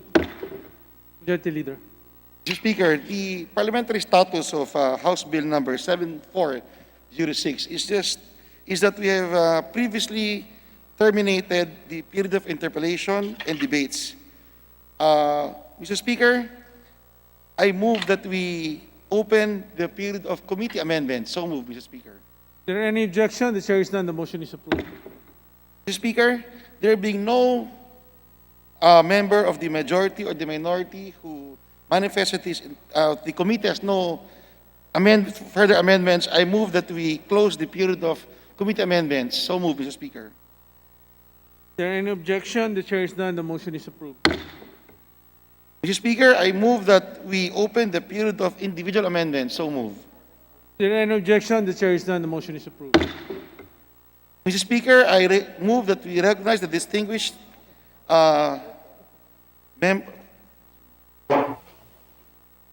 from Gabriela Party List, the the Honorable Arlene Brosas, to give her individual amendments. So move. Honorable Arlene Brosas is hereby recognized. Thank you, Mr. Speaker. Mr. Speaker, this is in behalf of the office of Carlos Isagani Zarate of the Bayan Muna Party List. In behalf of the office of Carlos Isagani Zarate, the representative of Bayan Muna Party List. As such, we propose the inclusion of the following provision to House Bill 7406, Section 8, Congressional Oversight Committee. There is hereby created a Congressional Oversight Committee upon the effectivity of this act to monitor and oversee the implementation of its provisions. It shall be composed of 4 members from the House of Representatives and 4 members from the Senate, with the chairpersons of the Committee on Public Order and Safety and the Committee on Public Order and Dangerous Drugs of each chamber, respectively, as joint chairpersons.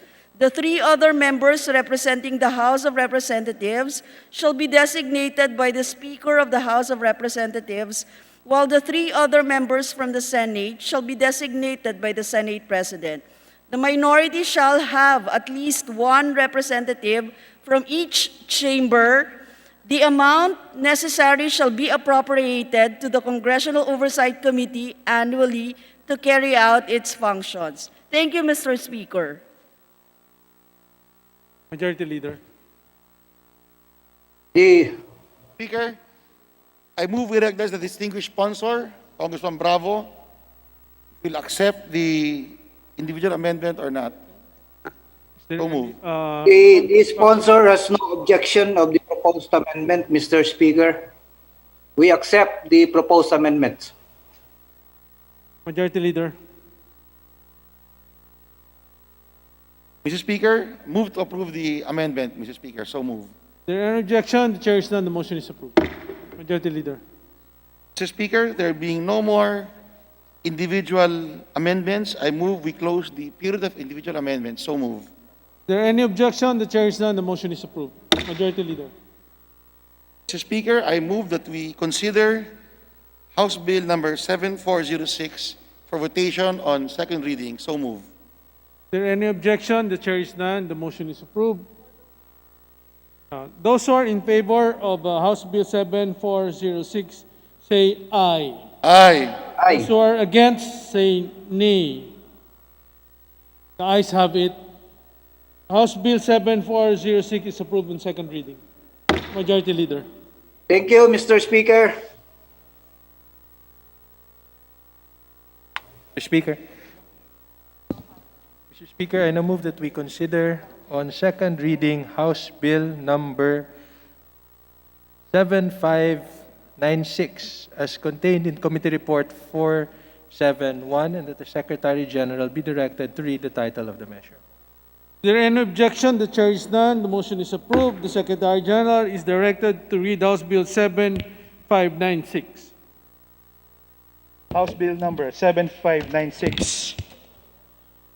An act providing mechanisms that shall ensure the effective implementation of Republic Act Number 10176, otherwise known as the Arbor Day Act of 2012. Majority Leader. Speaker, I move that we open the period of sponsorship and debate. And to sponsor the measure, I move that we recognize Deputy Majority Leader Juan Miguel Macapagal Arroyo. There any objection? The chair is none. The motion is approved. Deputy Majority Leader, Honorable Michael Arroyo is hereby recognized. Thank you, Mr. Speaker. Mr. Speaker, this representation is now ready to accept any form of questioning. Majority Leader. Mr. Speaker, I move that the explanatory note of the measure be adopted as a sponsorship speech of the sponsor. There any objection? The chair is none. The motion is approved. Majority Leader. Mr. Speaker, there being no member who wishes to interpolate our sponsor, I move that we terminate the period of sponsorship and debate. There any objection? The chair is none. The motion is approved. Majority Leader. Mr. Speaker, I move that we open the period of amendments. Is there any objection? The chair is none. The motion is approved. Majority Leader. Speaker, there being no committee, no individual amendments, I move that we close the period of amendments. There any objection? The chair is none. The motion is approved. Majority Leader. Speaker, I move that we approve on second reading House Bill number 7596. Is there any objection? The chair is none. The motion is approved. Those who are in favor of House Bill 7596 say aye. Aye. Those who are against say nay. The ayes have it. House Bill 7596 is hereby approved on second reading. Majority Leader. Speaker, I move that we consider House Bill 7701 as contained in Committee Report 509 and direct the Secretary General to read the title of the House Bill. So move, Mr. Speaker. Is there any objection? The chair is none. The motion is approved. The Secretary General is hereby directed to read House Bill 7701.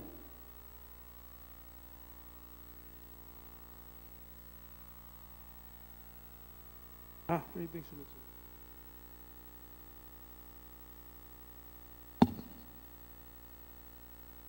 House Bill number 7701. An act declaring October 31 of every year as National Savings and Financial Literacy Day. Majority Leader. Speaker, to sponsor the measure, to the House Bill, I move that we recognize the Honorable Deputy Majority Leader, X.J. Romualdo. There objection, the chair is none. Honorable X.J. Romualdo is hereby recognized. Thank you, Mr. Speaker. Mr. Speaker, I move that the explanatory note of the bill be adopted as a sponsorship speech on the measure. Is there an objection? The chair is none. The motion is approved. Majority Leader. Speaker, I move that we terminate the period of interpellation and debates. So move, Mr. Speaker. Is there any objection? The chair is none. The motion is approved. Majority Leader. I move that we open the period of amendments, Mr. Speaker. Is there any objection? The chair is none. The motion is approved. Majority Leader. There being no individual and committee amendments, I move that we terminate the period of amendments. If there any objection, the chair is none. The motion is approved. Majority Leader.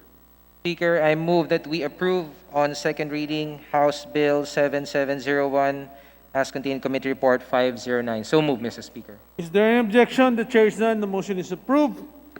Those who are in favor of House Bill 7701 say aye. Aye. Those who are against say nay. The ayes have it. House Bill 7701 is hereby approved on second reading. Majority Leader. Mr. Speaker, I move that we consider House Bill number 7722 and be directed the Secretary General to read the title of the House Bill. I so move, Mr. Speaker. There is objection. The chair is none. The motion is approved. Secretary General is hereby ordered to read House Bill 7722.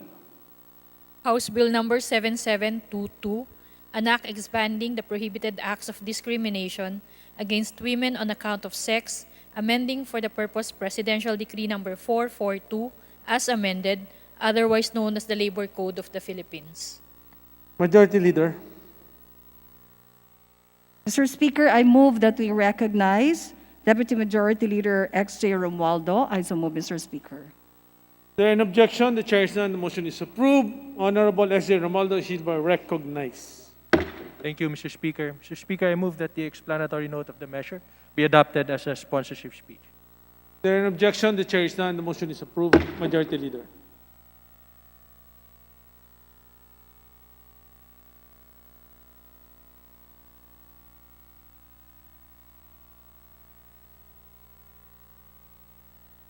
Mr. Speaker, I move that we close the period of committee amendments and the interpellations and debate. I so move, Mr. Speaker.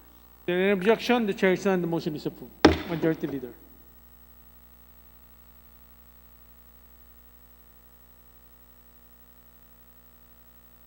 Mr. Speaker, I move that we open the period of individual amendments and the committee amendments. I so move, Mr. Speaker. There an objection? The chair is none. The motion is approved. Majority Leader.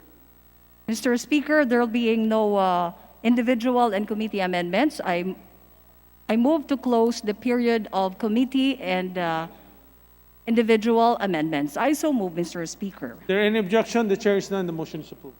Majority Leader. Mr. Speaker, I move to approve for the second reading House Bill number 7722. I so move, Mr. Speaker. There any objection? The chair is none. The motion is approved. Those who are in favor of House Bill 7722, say aye. Aye. Those who are against, say nay. The ayes have it. House Bill 7722 is hereby approved on second reading. Majority Leader. Mr. Speaker, I move that we consider House Bill number 77701 and be directed, or rather, House Bill number 7647 and be directed the Secretary General to read the title of the House Bill. I so move, Mr. Speaker. 7-4, no? Is there an objection? The chair is none. The motion is approved. The Secretary General is hereby ordered to read House Bill 7647. House Bill number 7647, an act declaring April 7 of every year as Barangay Health Workers Day, to be known as BHW Day. Majority Leader. Mr. Speaker, I move that we recognize the Honorable X.A. Romualdo to sponsor House Bill 7647. There any objection? The chair is none. The motion is approved. Honorable X.A. Romualdo is hereby recognized. Thank you, Mr. Speaker. Mr. Speaker, I move that the explanatory note of the measure be adopted as a sponsorship speech. There any objection? The chair is none. The motion is approved. Majority Leader. Mr. Speaker, I move to close the period of interpellation. There being no interpellators, I move to close the period of interpellations. I so move, Mr. Speaker. There any objection? The chair is none. The motion is approved. Majority Leader. Mr. Speaker, I move to open the period of committee and individual amendments. I so move, Mr. Speaker. There any objection? The chair is none. The motion is approved. Majority Leader. Mr. Speaker, there being no period of committee and individual amendments, I move to close the period of individual and committee amendments. I so move, Mr. Speaker. There any objection? The chair is none. The motion is approved. Majority Leader. Mr. Speaker, I move for the approval of the House Bill number 7647 on the second reading. I so move, Mr. Speaker. There any objection? The chair is none. The motion is approved. Those who are in favor of House Bill 7647, say aye. Those who are against, say nay. The ayes have it. House Bill 7647 is hereby approved on second reading. Majority Leader. Speaker, I move that we consider on second reading House Bill number 7763 and may direct the Secretary General to read the title of the same bill. So move, Mr. Speaker. There any objection? The chair is none. The motion is approved. The Secretary General is hereby ordered to read House Bill 7763. House Bill number 7763, an act mandating the submission of a tree planting plan as a requirement in the application for building permits. Majority Leader. Mr. Speaker, I move that we recognize the Honorable Deputy Majority Leader XJ Romualdo for the period of sponsorship debate. So move, Mr. Speaker. Is there any objection? The chair is none. The motion is approved. Honorable X.J. Romualdo is hereby recognized. Thank you, Mr. Speaker. Mr. Speaker, I move that the explanatory note of the bill be adopted as our sponsorship speech. Is there any objection? The chair is none. The motion is approved. Majority Leader. Speaker, I move that we terminate and close the period of sponsorship and debate. Is there So any moved. objection? The chair is none. The motion is approved. Majority Leader. I move that we open the period of individual and committee amendments, Mr. Speaker. Is there any objection? The chair is none. The motion is approved. Majority Mr. Leader. Speaker, there being no other member who wishes to propose any individual nor committee amendments, I move that we close the period of individual and committee amendments. Is there any objection? The chair is none. The motion is approved. Majority Leader. Mr. Speaker, I move that we consider on second reading House Bill number 7763. So move, Mr. Speaker. Is there any objection? The chair is none. The motion is approved. Those who are in favor of House Bill 7763 say aye. Aye. Those who are against say nay. The ayes have it. House Bill 7763 is hereby approved on second reading. Majority Leader. Mr. Speaker, I move we consider House Bill number 7829 and direct the Secretary General to read the title of the bill. So move, Mr. Speaker. Is there any objection? The chair is none. The motion is approved. The Secretary General is directed to read House Bill 7829. House Bill number 7829, an act regulating the use of treatment technology for municipal and hazardous waste, repealing for the purpose Section 20 of Republic Act number 8749, entitled the Philippine Clean Air Act of 1999. Majority Leader. Mr. Speaker, I move we recognize the Honorable Labad-Labad to sponsor the said measure. He is present through Zoom, Mr. Speaker. So moved. Is there any objection? The chair is none. The motion is approved. Honorable Labad-Labad is hereby recognized.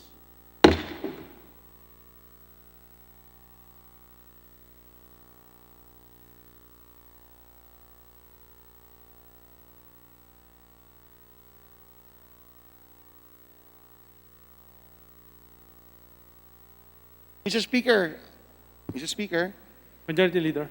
our Secretariat has intimated that he is there, but he cannot act. We seem to have a hard time reaching out to him.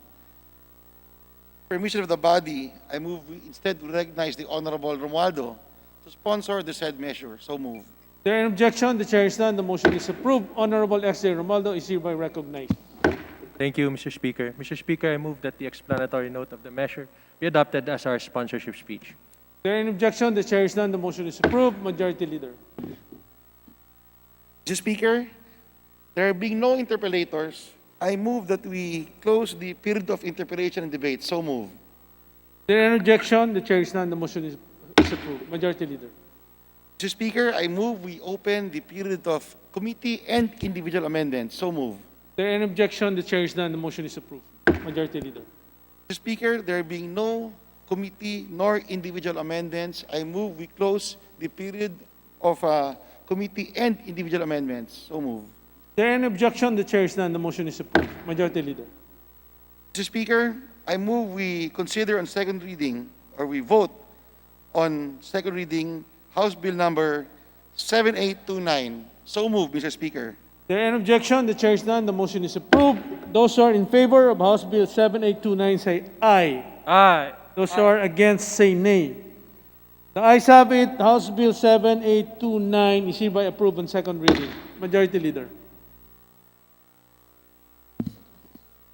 Mr. Speaker, for the information of the body, the House and the Senate approved on third reading House Bill number 4851 and Senate Bill number 1216, respectively, which seeks to declare May 18th of every year as National Higher Education Day. We have been informed that the Committee on Higher and Technical Education, sponsor of House Bill number 4851, as well as the authors thereof, are in concurrence with the provisions of Senate Bill number 1216. In accordance with our rules, I move that we adopt Senate Bill number 1216 as an amendment to House Bill number 4851. So move, Mr. Speaker. Is there an objection? The chair is none. The motion is approved. Majority Leader. Mr. Speaker, in accordance with the rules governing inquiries in aid of legislation, I move that we refer House Resolution numbers 1345 and 1348 to the Committee on Agriculture and Food. So moved, Mr. Speaker. Is there an objection? The chair is none. The motion is approved. Majority Leader. Mr. Speaker, last October 16, 2020, we adopted the findings and recommendations contained in the committee report number 560 regarding urging the Interagency Task Force for Emerging Infectious Diseases, the National Task Force Against COVID-19, and the Department of Transportation to extend the conduct of the Motorcycle Taxi Pilot Study Program. I move that we likewise adopt House Resolution number 1286 as one of the recommendations of the said committee report. So moved, Mr. Speaker. Is there any objection? The chair is none. The motion is approved. Majority Leader. Mr. Speaker, last October 16, 2020, we adopted resolutions of condolences, namely House Resolution numbers 1294, 1295, 1296, and 1298. I move for the consolidation of the following similar resolutions. Number 1, House Resolution numbers 1273 and 1308 for consolidation with the adopted House Resolution number 1294. Number 2, House Resolution numbers 1204 and 1216 for consolidation with the adopted House Resolution number 1295. Number 3, House Resolution number 1224 for consolidation with the adopted House Resolution 1296.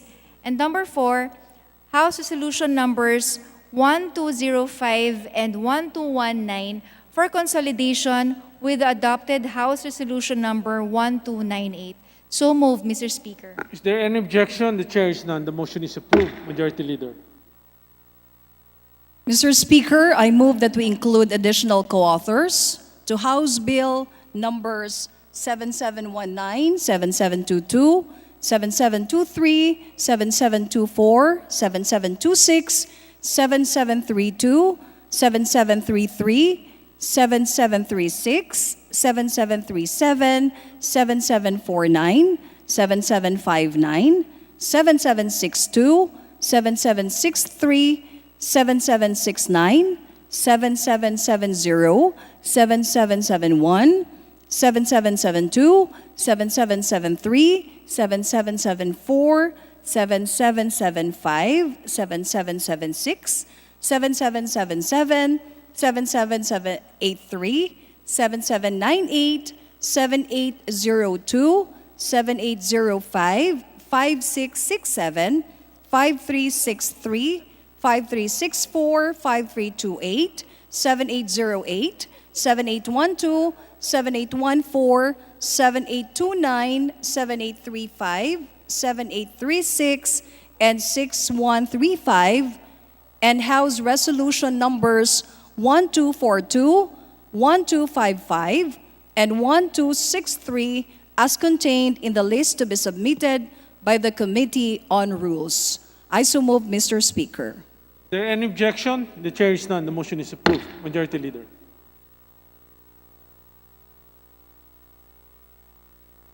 Speaker, I move that we recognize our distinguished colleague from the minority, Representative Lawrence Fortun. Honorable Lawrence Fortun is hereby recognized. Mr. Speaker, on behalf of the minority, I move to nominate and elect the following members of the minority: the Special Committee on Creative Industry, Representative Estela Luz Kimbo, and Representative Angelica Natasha Ko. Mr. Speaker.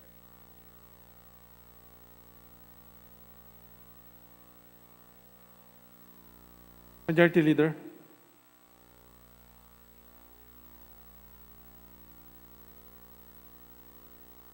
Speaker, suspend the session for a few minutes. Session suspended.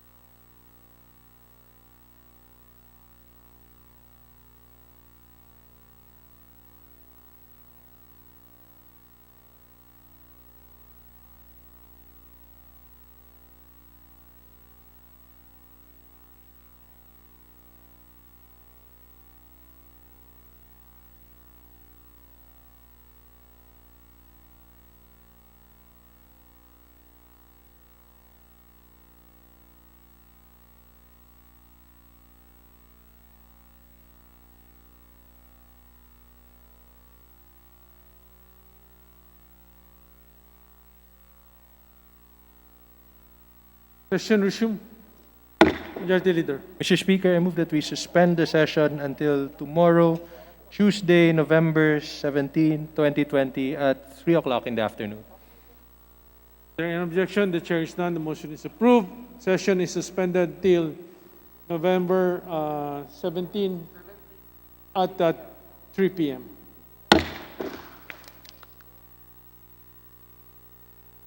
Sana eh. Ako ba sana eh?